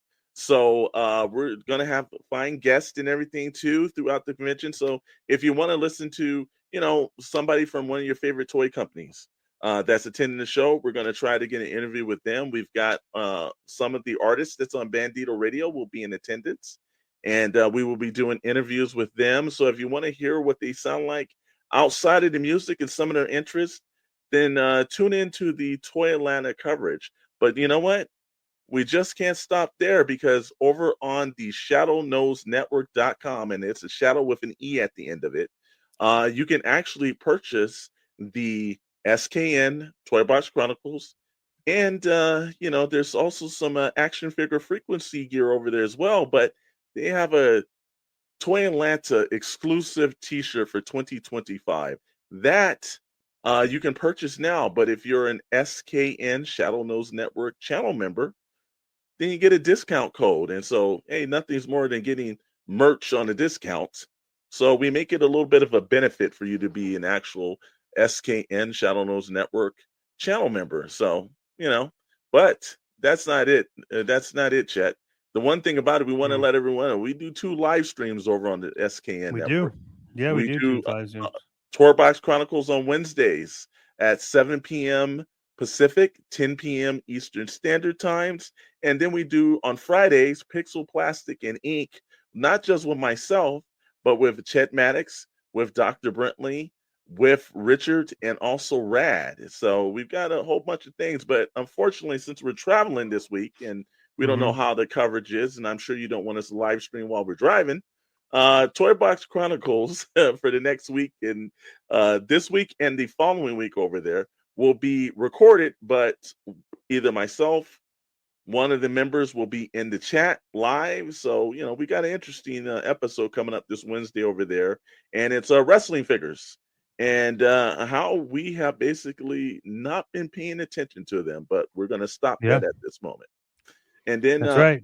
Pixel Plastic Inc. will be live streaming, and guess what? We will all be on site. Myself, Chet, and Rad will be in Toy Atlanta.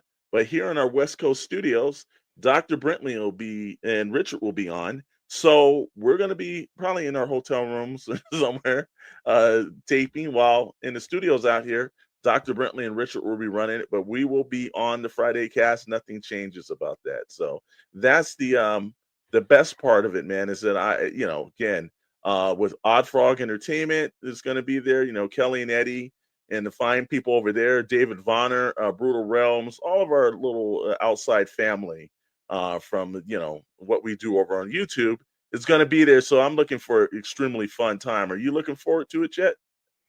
Yeah, I think it's going to be fantastic. I'm excited about it. I think we've been prepping this for a really long time. Yeah. It's going to be fun. You can come visit us, hang out, see us at the table while we're live casting.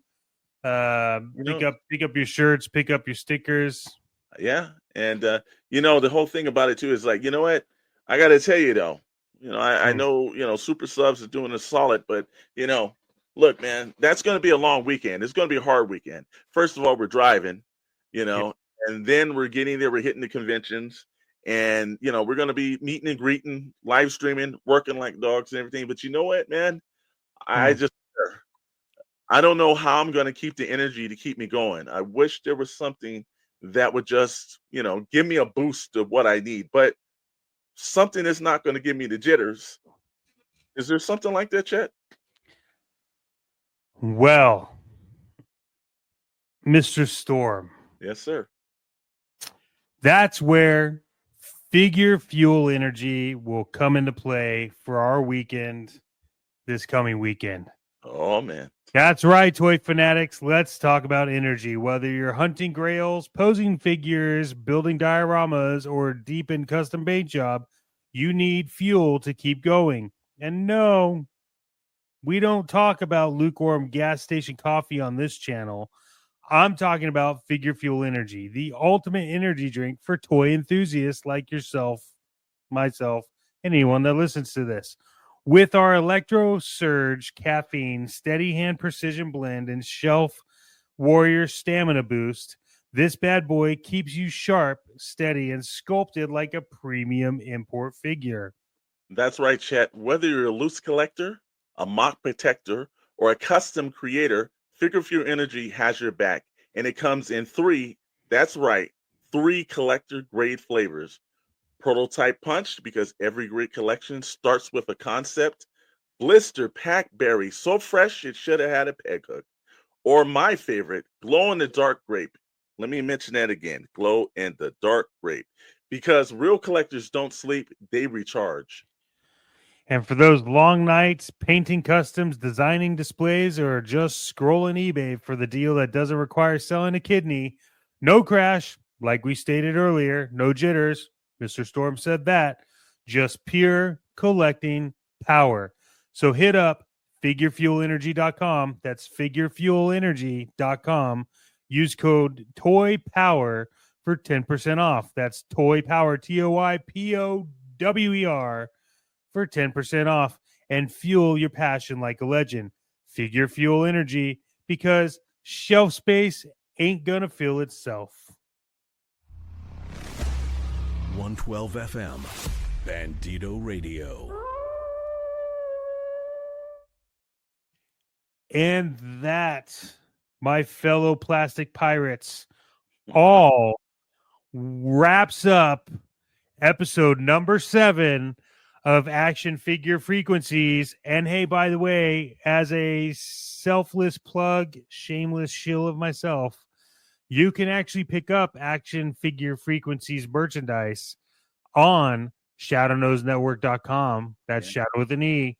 They're up there now, and those aren't exclusive, so you can order as many as you want, and we're gonna make them and send them to you. And you can get it. You can get merchandise from all of us, and then more on that coming too, because there's some things that we're working on in the past. So we want to thank you all. This has been fun and exciting, and as always, we look forward to this each and every week to come to you on Bandito Radio with some plastic paradise, let's say. So, from all of us over here at Action Figure Frequencies to all you little plastic hunting pirates, thank you, and we'll chat at you next time. Thank you for listening to Action Figure Frequencies with Chet Maddox and Alexander Storm. Well, hello, listener. You are tuned in to 112 on your FM dial. Bandito Radio. Ow!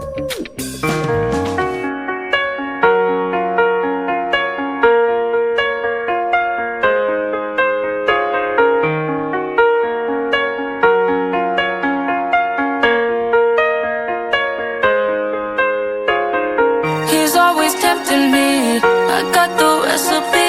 I wanna see your world. See that you won't hurt me. I know that look in your eyes. My type of guy in disguise. What will it take to be mine? Ooh, I wanna see your world. Ooh, I wanna be your girl. Ooh, tell me we gon' be alright tonight.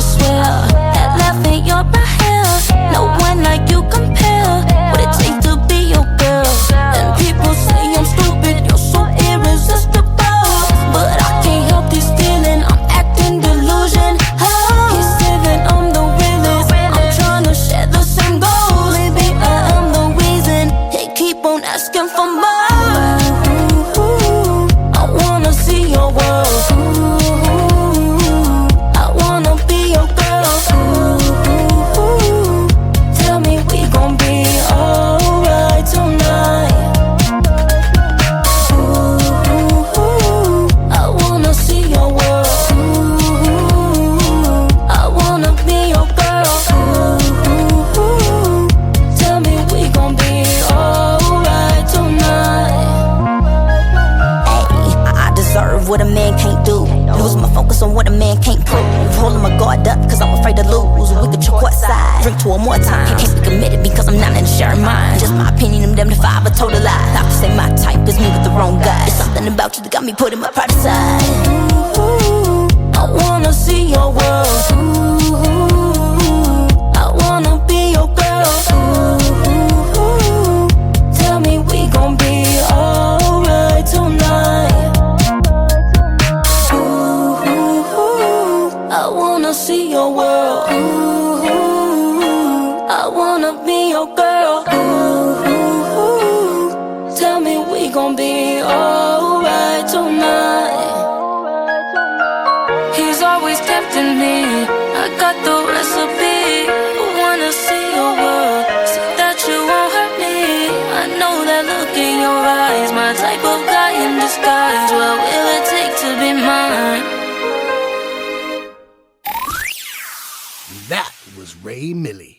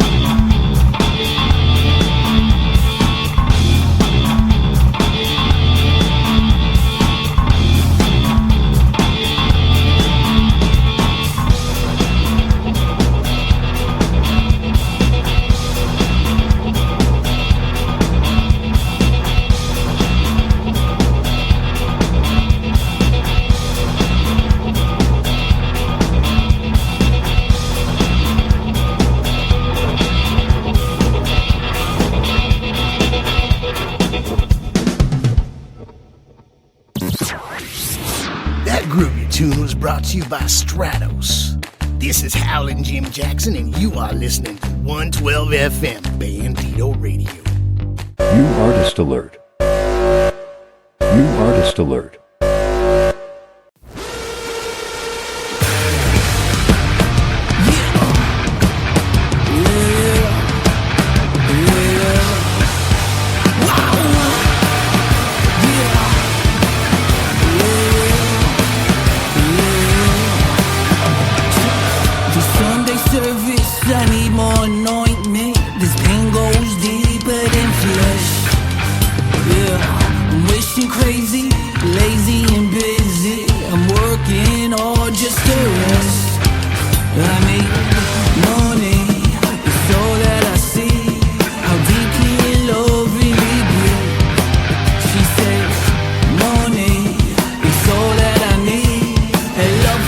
Somebody else,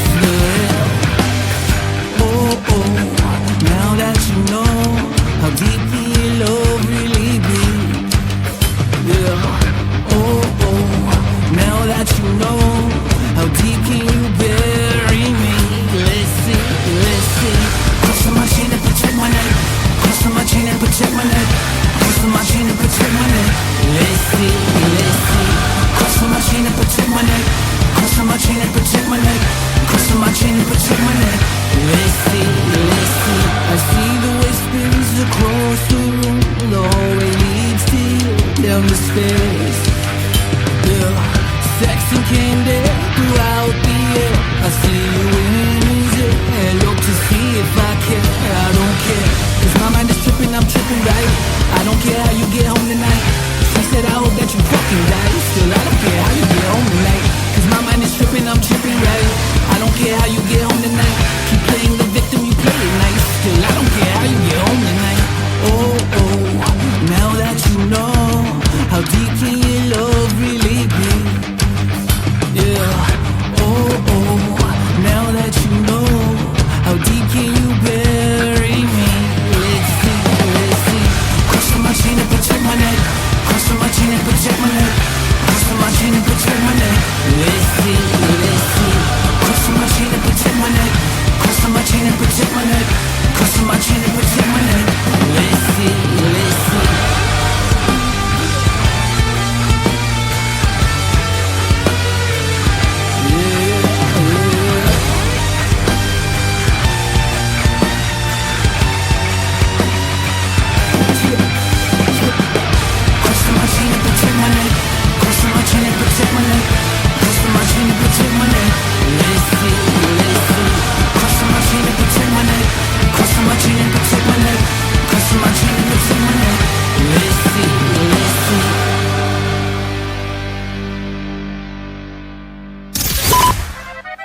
You're listening to 112 FM Bandito Radio. Stay tuned, we got Joke Junction right around the corner. Hey, what's the word of the day? What is the word of the day? C-M-G-N-I-T-E. Today's C-M-G-N-I-T-E. P-C-M-G-N-I-T-E. You know what today's P-C-M-G-N-I-T-E. P-C-M-G-N-I-T-E. P-C-M-G-N-I-T-E. P-C-M-G-N-I-T-E. Namaste. Lifting this piece and everybody like a holiday. Get in these streets with what I have to say like remedy. I got the ways to ease pain. Identity. All in my cave like Bruce Wayne. Quantity. Got a lot of reasons I'm doing it hard. Astronomy. Scorpio season, I'm really in charge. Caffeine. Stay awake, baby, yo, you'll miss this. Gangrene. So sick when I step in this business.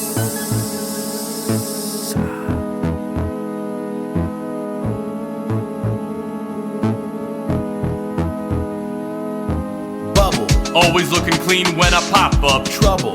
Overcame the struggle, leave a moss struck. Pray. Some moments of quiet introspection. Slay. Every look from every look in my direction. Rover. A name you say twice for an invite. Clover. 4-leaf, lucky for my insight. Pain. What I wear inside the club, avoiding taboos. Rain. Gotta say again, thanks for the statue. You know, it really is a nice statue. I know when we were seated it was copper, and over the years the weather's hit it, it's made it change colors, but it still looks great. And peeking out of the crown, they reopened it in 2015. Handle. Moments where I'm certain who I am. Randall. Moments where I'm cunning and a ham. Soup. That's an Andy Warhol muse. Fruit. Like an ego when it's getting bruised. Massage. Deep tissue till the knot's out. Massage. Horses dance and clap until they drop out. Rumble. That's how I scuttle through this nightlife. Bumble. Wanna catch a buzz, you better swipe right. Continent. Yeah, they play my music in 7 of them. Condiment. Sauce for all my dogs, I'm spending on them. Captivate. How I do it every single time. Extrapolate. They confused trying to find why. Efficiency. Never waste a pass, I word perfect. Calligraphy. Pen is fancy ass, I curse and cursive. Circulate. Your mind another time round this track. Terminate. Thumbs up, baby, I'll be back. What's the word? What's the word? Yo, that's my word. What's the word? What's the word? Yo, you have my word. What's the word? What's the word? You can take my word. What's the word? What's the I word? never break my word. What's the word? What's the word? Yo, that's my word. What's the word? What's the word? Yo, you have my word. What's the word? What's the word? You can take my word. What's the word? What's the word? I never break my word. And yet another unique tune from Party City Machine Guns.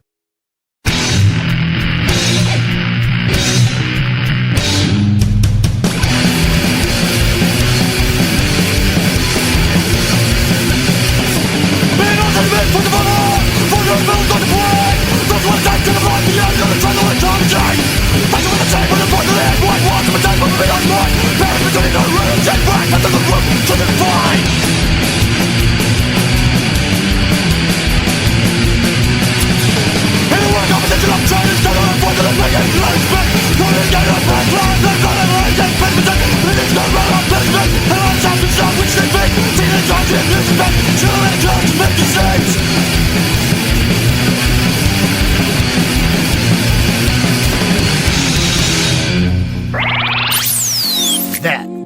David Koresh Choir.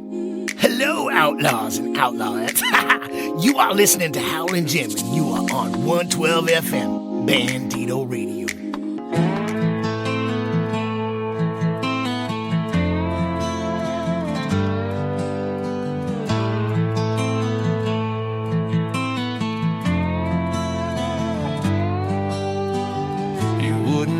By looking at me, but I've been through storms no one else could see.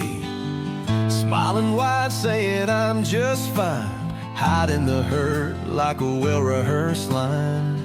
The weight I carry, it don't make a sound, but late at night it comes back around. Some scars can't be seen, but they're always there, like a whisper in the dark, like a ghost in the air. They don't fade, they don't heal, they just lie real low. But when the world gets quiet, they start to show.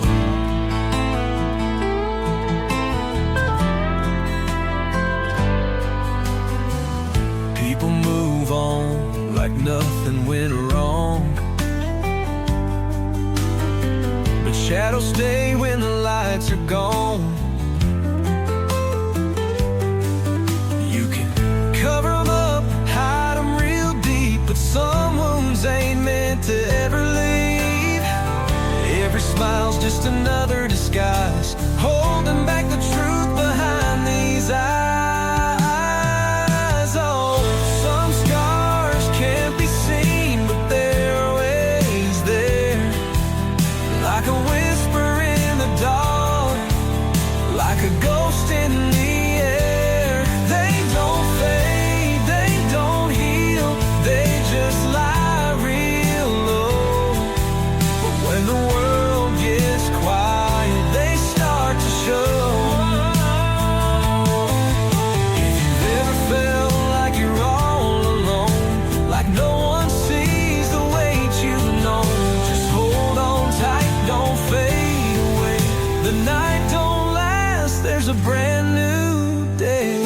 Some scars can't be seen, but they're always there, like a whisper in the dark, like a ghost in the air. They don't fade, they don't heal, they just lie real low.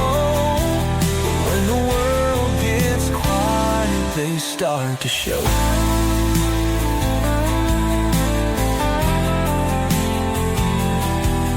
Some scars can't be seen, but they're always there.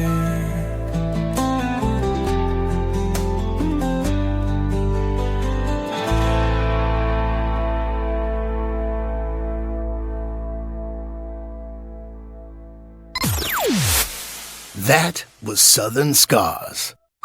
This is Howlin' Jim Jackson, and you are listening to 112 FM, Bandito Radio.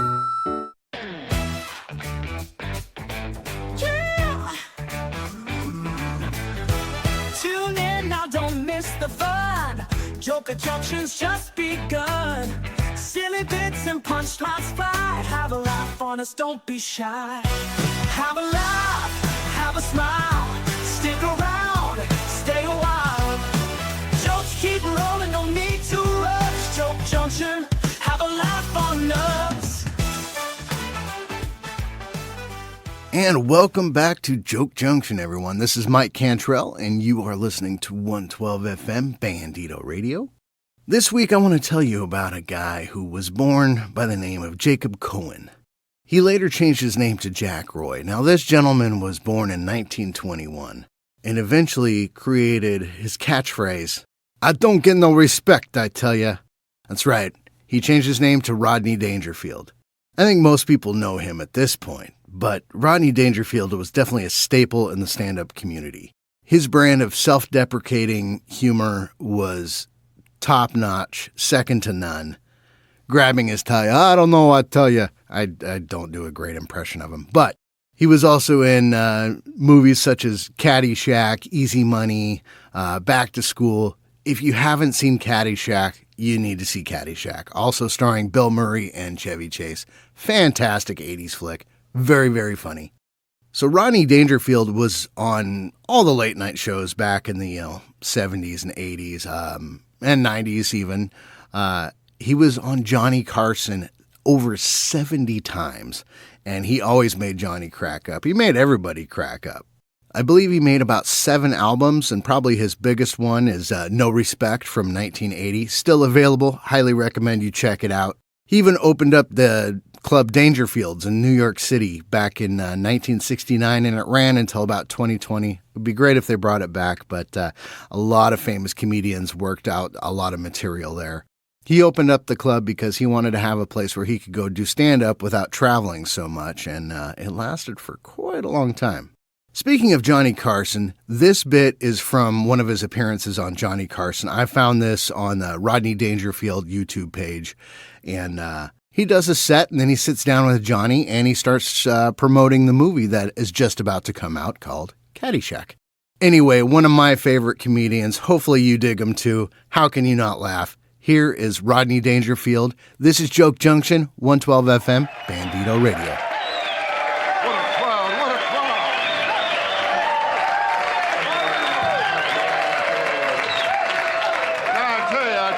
I'm all right now, but last week I was in rough shape, you know? I mean, last week I bought a Whirlpool for my bath. So far, I lost 3 of my best ships. Last week, nothing went right. I bought a waterbed. There were 2 Cuban guys swimming in it looking for Florida. I tell you, people are nuts, you know? My dentist, too, another beauty, my dentist, he found a new way to hide his bad breath. He holds up his arms.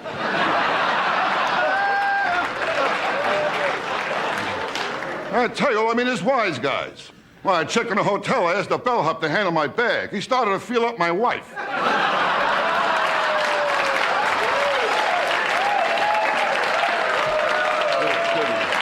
I said to him, I said, hey, buddy, who told you could play around my wife? He said, everybody.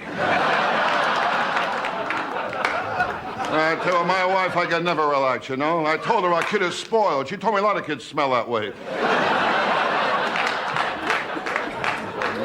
She's a lousy cook, too. She can't cook at all. I leave dental floss in the kitchen, the roaches hang themselves. My wife, she don't go for me either. I'm not a good-looking guy. Well, Halloween, I open the front door, kids give me candy. Are you kidding? I know I'm ugly. My dog found out we look alike. He killed himself. I was an ugly kid, too. My old man took me to the zoo. The guy at the gate thanked him for returning me. And I was a very ugly kid. Every time my old man wanted sex, my mother showed him my picture.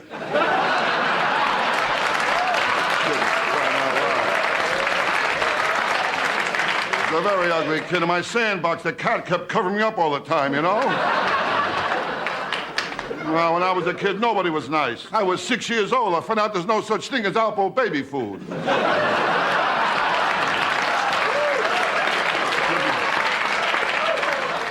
And nobody was nice. My mother never breastfed me. She told me she liked me as a friend. I had her rough. I told my old man I'm sick and tired of running around in circles. He got mad. He nailed down my other foot.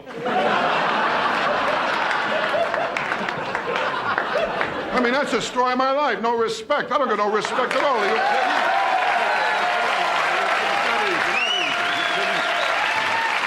No respect at all. Well, when I was born, the doctor told my mother I did all I could, but he pulled through anyway, you know? I don't get no respect from anyone. Well, last week my house was on fire. My wife told the kids, be quiet, you wake up Daddy. Stay over to Hollywood. That's my end of my spot there. Okay, I'll see you now.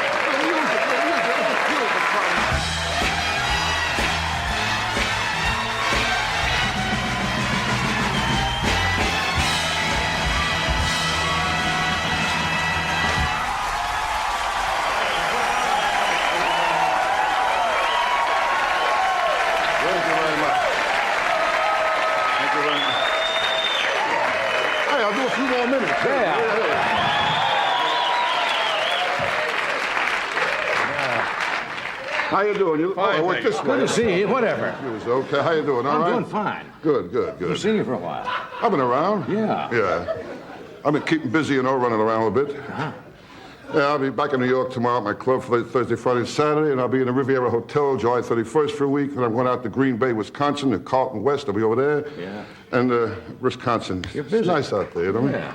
You come from Nebraska. It's That's nice. right. Midwest is nice. You like the Midwest, huh? Yeah, I wish I came Midwest sometimes, What's you know? Oh, Midwest, I lived in a nice, small, adjusted town, you know? I had a wooden frame house with a screen door in the back of the kitchen. My brother and sister were Marianne and Biff. And Dad was vice president of the bank, worked there for 30 years, very adjusted man, Dad, never smokes, drinks, or gambles, you know? Then you read about these guys. One day they pick up an axe and wipe out the whole family, you know?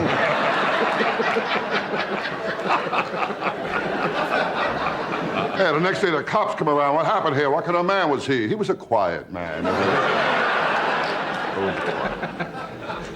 But I've been bouncing around a lot. I've been plugging my album, a new album out, No Respect. So it's that going well, is it? It's going real good. It's on the charts, a bullet, whatever that means, you know?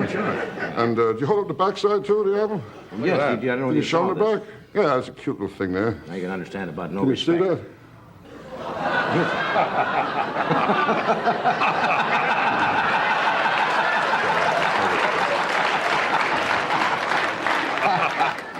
I got no respect here in California either, I'll tell you Really? that. Yeah, I got stuck the other day, you know. I wanted to go sightseeing. They took me on a tour of all the extras' houses. But that's on, definitely, isn't it? Oh, yeah. No, but I've been running around. I gained weight back, Johnny. You know what I mean? Hey, you don't eat properly in a road. You're running around all the time, you know, and it's tough to, lose weight when you're jumping around a bit, you know. And but I was much heavier. I was fat, you kidding. I was so fat when I got my shoes shone, I had to take the guy's word for it. I mean, I was fat, I'll tell you that. Fat, you know? I've been out with some fat girls, too, I'll tell you that. Who? Now, one girl, she was so fat, she got in the scale, a card came out, said one at a time, you know. She was fat. That's a big girl. Ooh, remember how we met? I hit her with my car. She said me once go around me. I told her I didn't think I had enough gas. She was a wild girl, I'll tell you. Ooh, very wild girl. Ooh, she wild. You kidding? Well, she made me French toast. Her tongue got caught in the toaster. She was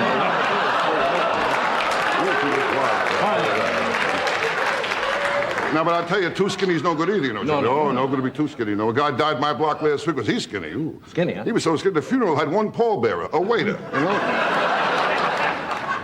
Now, but skinny's better than fat, I'll tell you that. Better being skinny. Better for your health, you know, health. And that's what's important, your health. Of course. You kidding? I'm not a kid anymore. I'm getting old now. Yeah. I know I'm getting old. I'm at the age now, if I hear someone goes both ways, I figure it's number one and number two, you know.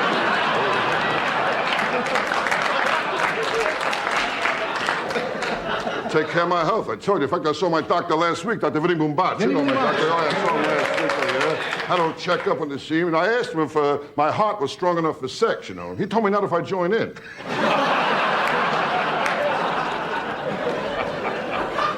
I tell you, Johnny, I told you, it's tough to be funny when you're coming off drugs, I'll tell you that.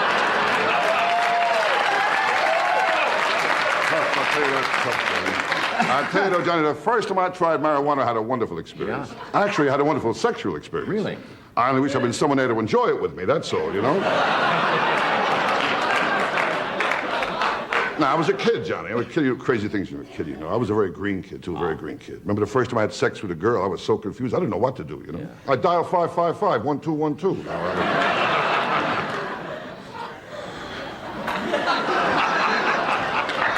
I wish I was gay. I'd make it with Steve Martin, you know that? Actually, he's my second choice.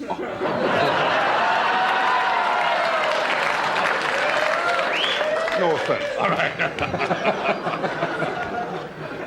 And, so quiet, I feel like E.F. Hutton just spoke, you know? Got a cigarette, okay? You don't mind, do you? You should give that up. I got a crazy doctor told me to keep smoking if I want to stop chewing gum, so what the heck?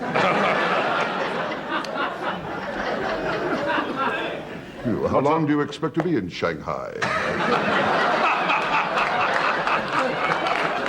You want to talk about your movie? Oh, yeah, the movie come out. It was a big movie. It's 843 pages. Big movie. No, it's a movie called Caddyshack. Fellows wrote Animal House wrote it, and it opens Friday around the whole country, and there's And it's doing real good. Everyone likes it. You're very funny in it. Yeah, it came out real good. It was a good part, you know, and I played a part of a nouveau riche ignoramus who invades a nice sensitive country club, and I don't belong in that country club. And Ted Knight is not, he and I don't get along at all in the movie, you know, and it's a good movie. Chevy Chase is in it, and Bill Murray, and a lot of nice people, and it's actually it's a low-budget movie. We went to location by subway. We have a film clip. Oh yeah, we have a film clip too. Hey, I'm in the movies. Shall we take a look at it? Okay, we'll see what happens. This is the opening where I make my entrance in this movie, in the country club. Yeah. This from Caddyshack. Caddyshack.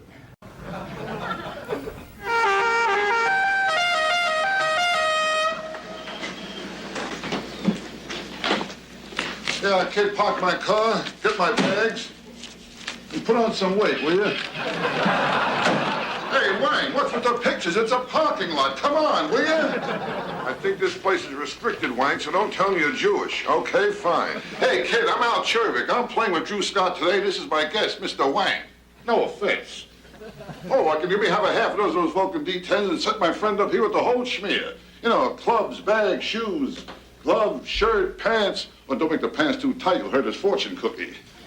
Oh, by the way, want one of those things to tell you how far you walked? Mr. Chet, sorry, I didn't see you. Oh, how are you, sure. Hey, orange balls. I'll have a box of those. Give me a box of those naked lady tees, and give me 2 of those. Give me 6 of those. Hey, I'll buy out the joint, Wang. Stop me, will you? Oh, this is the worst looking hat I ever saw. Well, you buy a hat like this, I'll bet you get a free bowl of soup, huh? Oh, it looks good on you, though.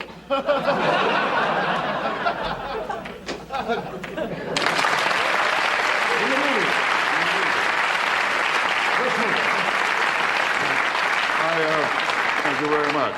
The movie is longer than that, really. Sure, I know. Is this your first picture?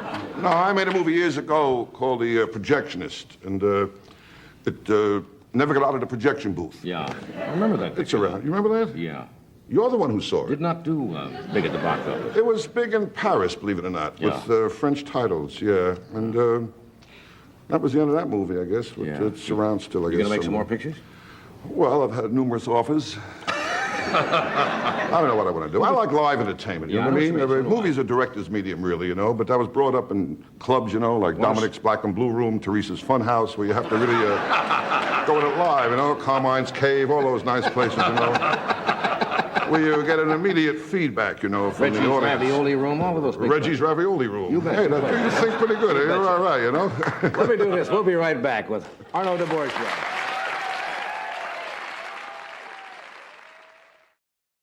Welcome, creatures of the night, to Myra's Morgue of Midnight Madness, where the macabre meets the marvelous. Tonight, we dim the lights and delve into the shadowy corners of the old-time radio history to resurrect one of the eeriest and most unforgettable shows of its era, Dark Fantasy. First crackling across the airwaves in 1941, Dark Fantasy chilled audiences with its unique blend of horror, science fiction, and the supernatural. Each episode was a descent into the bizarre, weaving tales of relentless spirits, sinister curses, and otherworldly phenomena.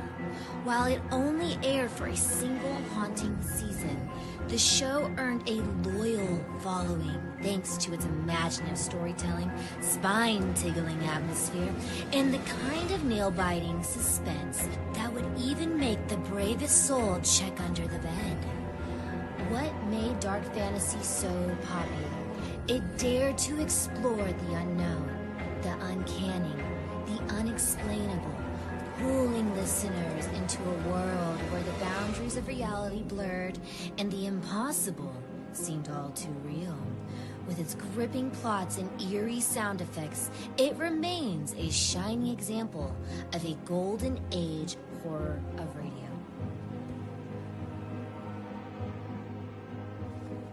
So light your candles, lock your doors, and prepare to be transported to a realm where shadows speak, secrets lurk, and the fear reigns supreme. This is Myra's Morgue of Midnight Madness. Let the madness begin.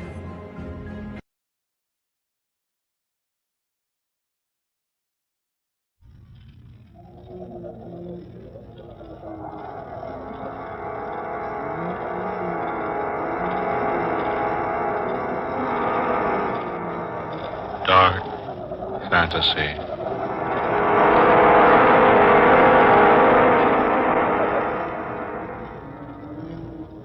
I am the man who came back.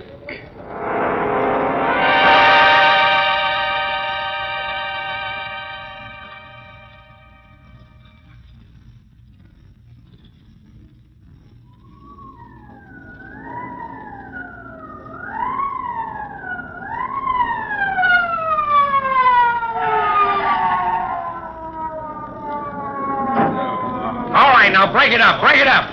This way, officer, he's in here. All right, miss. Casey. Yes, Captain. Now, you stay right there in that doorway and don't let nobody in or out. Right, Captain.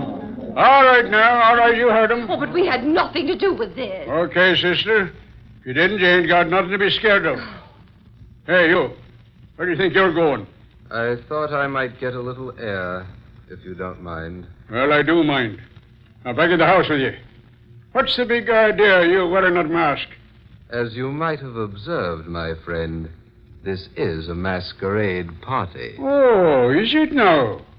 Well, according to Emily Post, it's masks off at midnight. And we got this call to come out here just as the clock in Washington Circle was striking the hour. The call was placed by a most hysterical woman.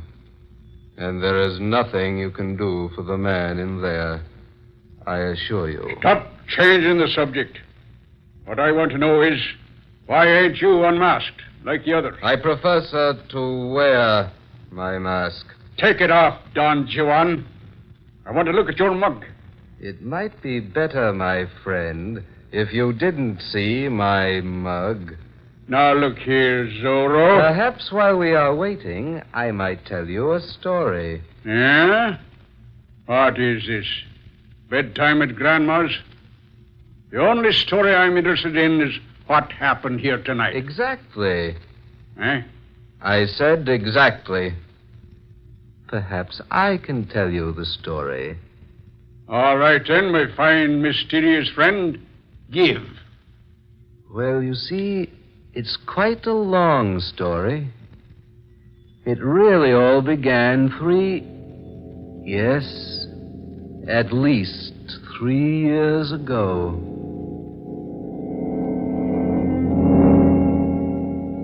I remember that evening quite well. I let myself into Granger's apartment. It was a golden key I used. A bright golden key. And there was no one there when I arrived. So I closed the door and waited.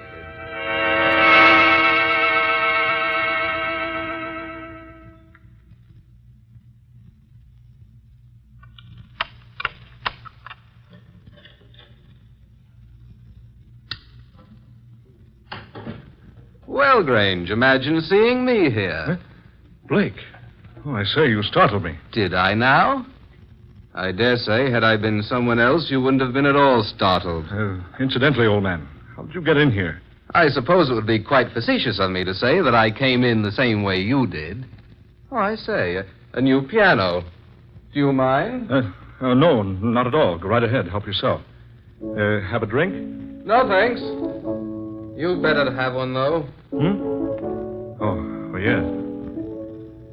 I say, Blake, what's that you're playing? You've heard it before, Grange. Have I? I don't recall. You have a short memory. I usually remember pretty well. Well, when you choose to, you do, yes. What do you mean by that? My wife has played that tune for you every night this week, and last, and the week before that. You see, I happen to know. Oh. I see. Well, I'm glad you haven't the audacity to deny it. No. No, I don't deny it. Your wife has been here. Often.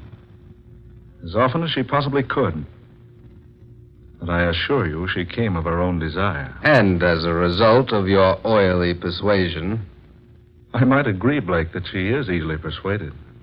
And of course, my curiosity prompts me to ask how you finally learned the truth. I accidentally found the key to your apartment here.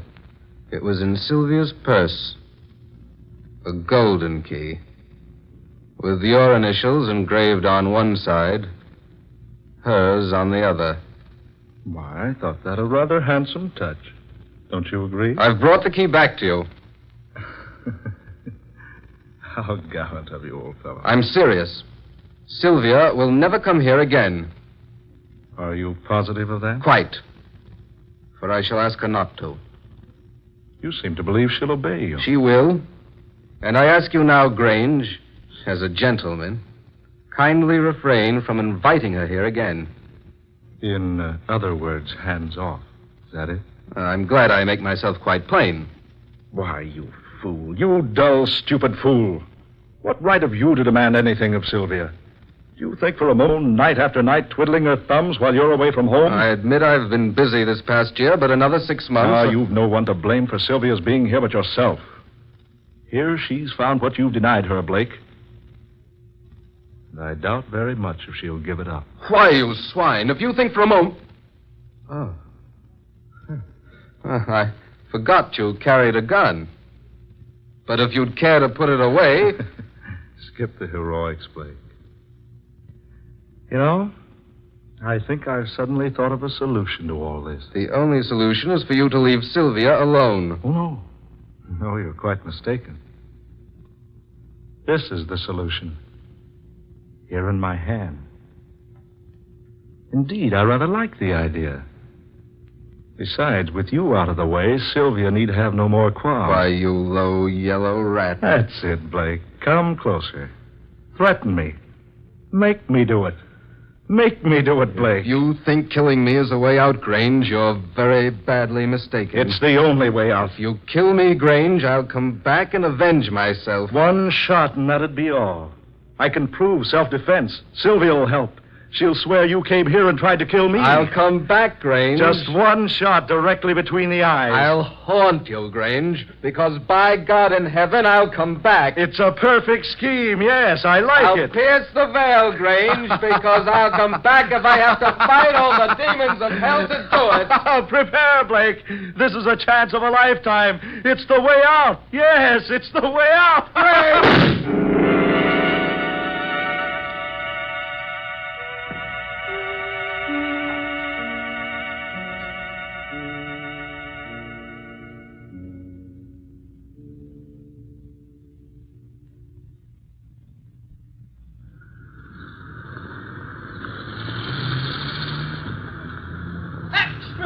Get your extra paper. Wealthy playwright slain in millionaire's apartment. Read all about it. Here you are, Mr. Keith Grange playing self-defense and slaying a fellow Blake. Here it is, folks. Get your extra paper. Read the headline news about the killing. It's all here in your extra paper.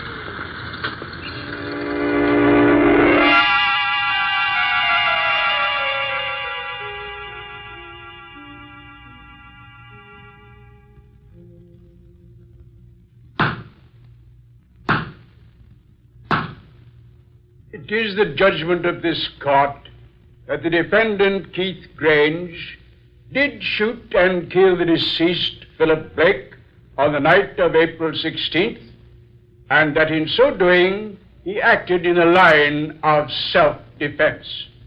The court therefore decrees that Keith Grange shall not be held to account for this unfortunate incident.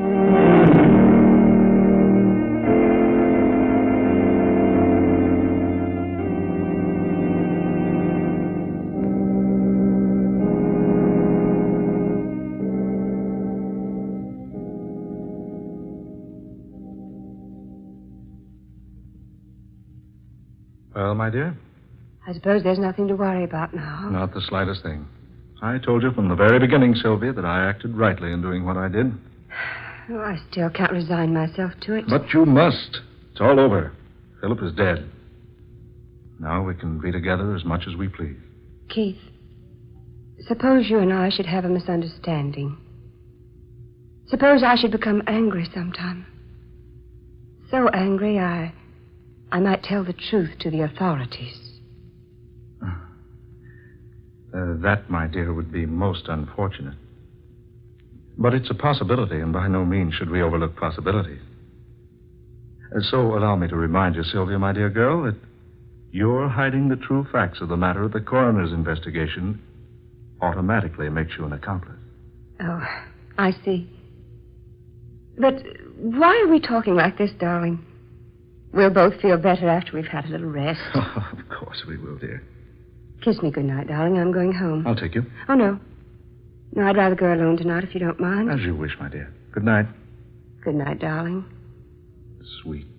Will you call me in the morning? Yes, of course I will. Good night, then. Good night, darling. Pleasant dreams.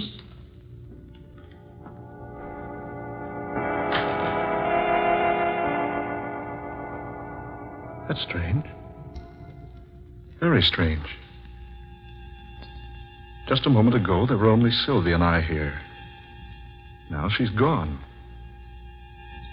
Yet I feel that I'm not alone. You're not alone, Grange. What? What was that? I thought I heard a voice. It was my voice. Who are you? Where are you? I told you I'd come back. No. No, it's just my imagination. Is it your imagination, Grange? Yes. Yes, of course. I warned you. I warned you. Remember? Come out. Come out in the open. Come out, I say. Do you hear me? Come out. Your gun is useless against me now, Grange. What do you want? Tell me, what do you want? Oh, not now. The time isn't right now. But I'll be back. Watch for me and wait. Watch and wait. For I'll come back, Grange. I'll come back.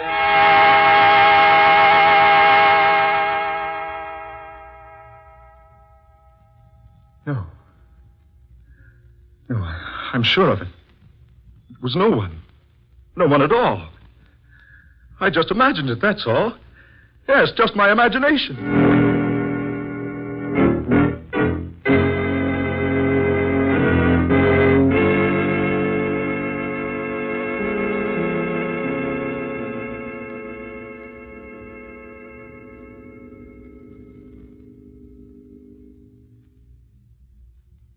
Sylvia, dear, you look so tired. Here, perhaps this will wake you up. Present for you. A present? Yes. Something I picked up today. I thought you'd like it. How sweet of you, darling. I think I can guess just by looking at the box. It's a ring. Oh, aren't you clever? Go ahead, open it. All right, darling, but don't hurry me. Oh. Sylvia, that isn't the ring I bought for you. Keith, look at this ring. The initials. P.B. Keith, this is his ring. Sylvia, what are you saying? It's his ring. I gave it to him. But, Sylvia... Keith, I swear to you, Philip Blake was buried with that ring on his finger.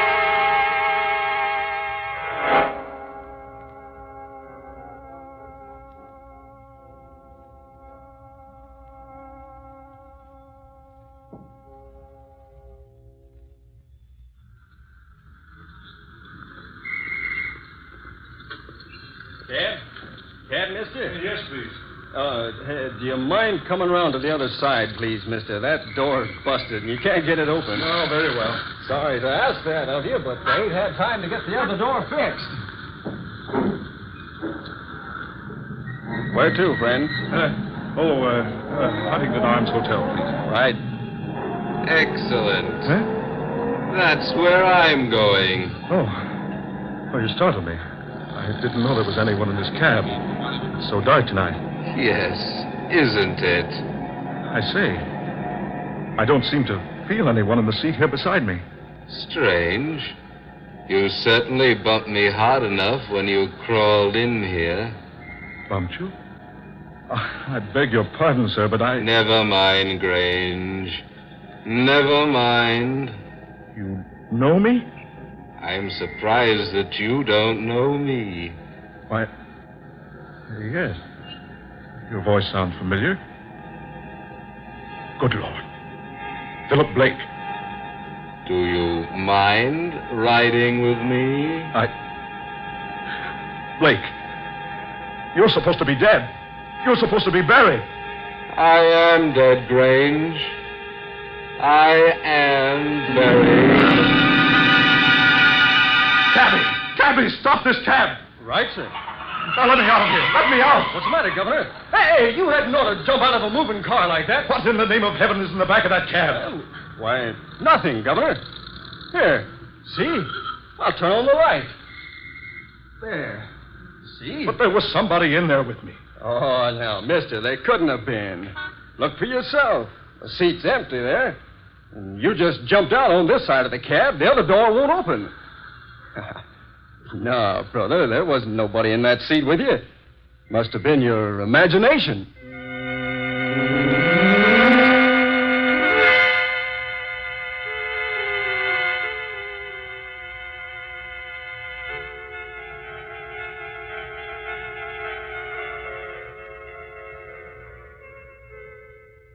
Hello? Hello, Doris? Dear, this is Sylvia. I just wanted to remind you about the masquerade ball at Keith's new home tonight. You'll be there? Fine. Now remember, masks and costumes for everybody. All right, dear. Bye.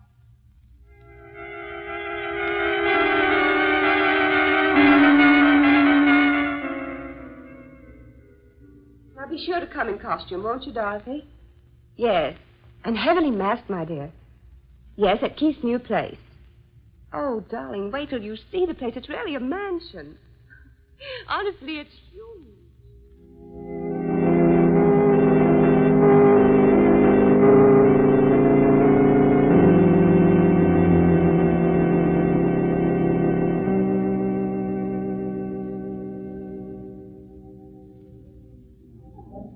Mr. Grange, I believe. Sylvia, darling. So you penetrated my disguise. Silly. I heard you order it from the costumers yesterday.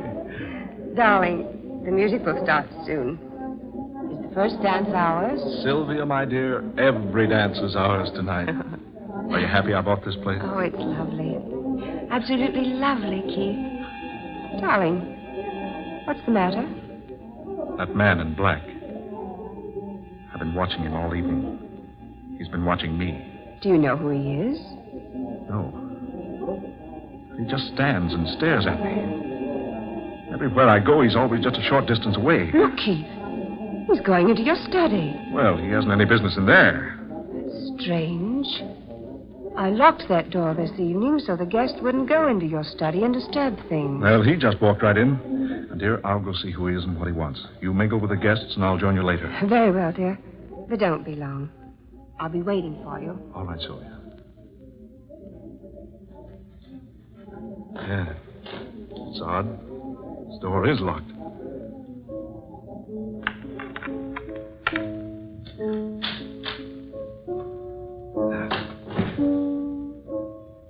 Dark. Piano. Oh, confound it. Where's the light switch? There.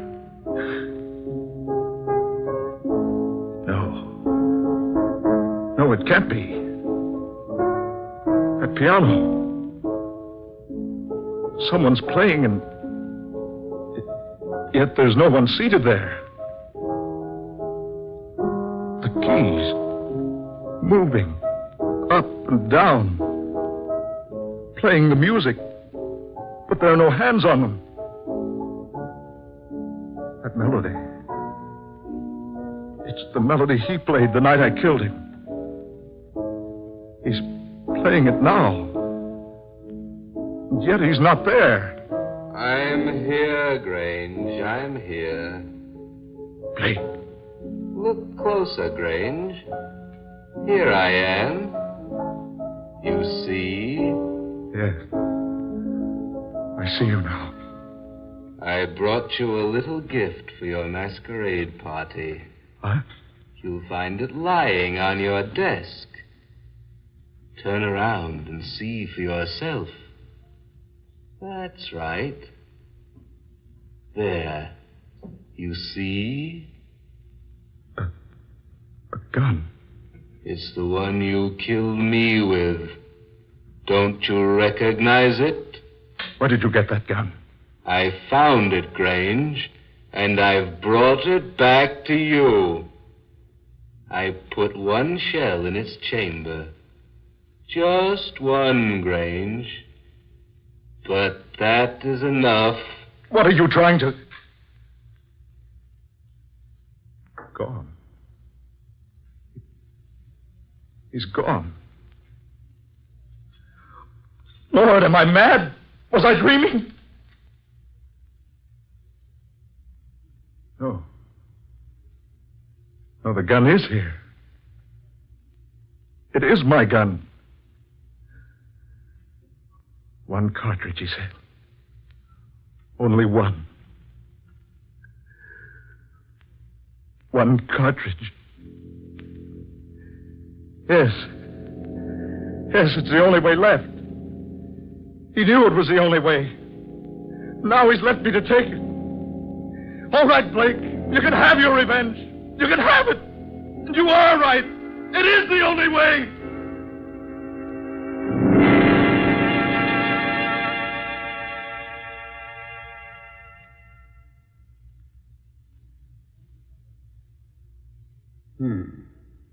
So he shot himself, eh? The evidence in there will indicate that he did, yes.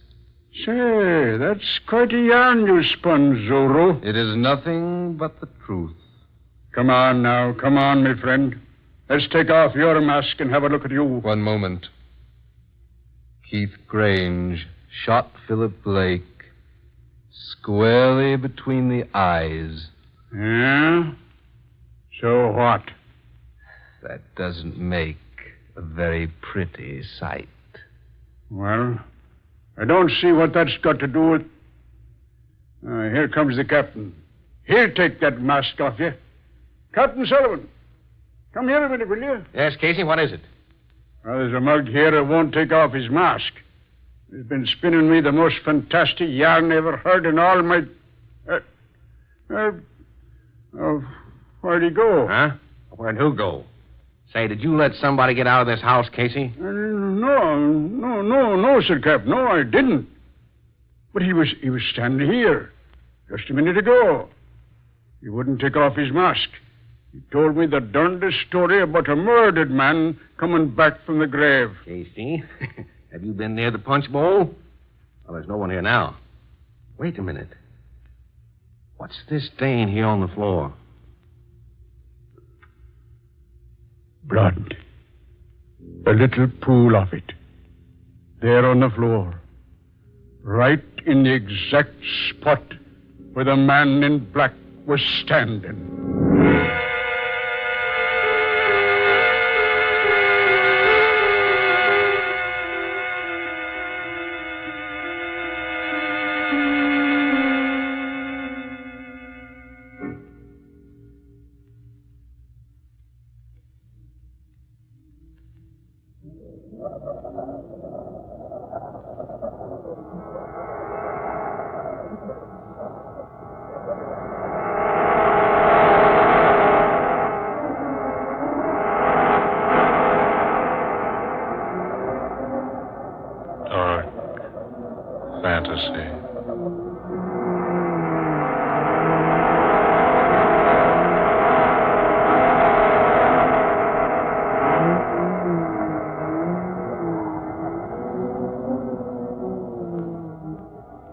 The Man Who Came Back, an original tale of dark fantasy by Scott Bishop. Ben Morris was Keith Grange. Eleanor Naylor Corrin was Herda Sylvia. Fred Wayne took the part of Casey. Muir Height was Captain Sullivan. Murillo Schofield, the cab driver. And Eugene Francis was the Man Who Came Back. Ladies and gentlemen, every Friday night at this time, the national broadcast... the National Broadcasting Company will bring you Dark Fantasy, Tales of the Weird, Adventures of the Supernatural, created for you by Scott Bishop. Listen 1 week from tonight for the breathtaking story of the tombs of ancient China, the soul of Shan Haiwan. This is the National Broadcasting Company.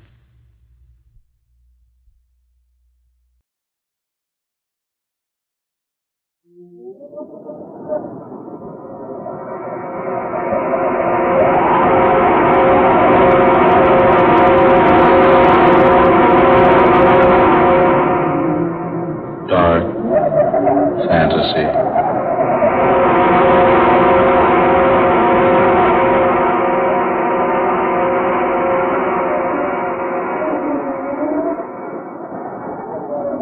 I am the thing from the sea.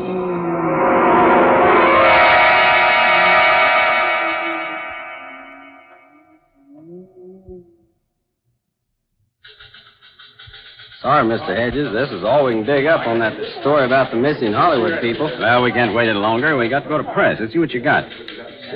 Story from the film Capital. More than a week ago, November 20th to be exact, Philip Hayward, young cinema star of Yesterday's Bread, and the popular actress Judith Johnson set sail for New Zealand aboard Hayward's private yacht.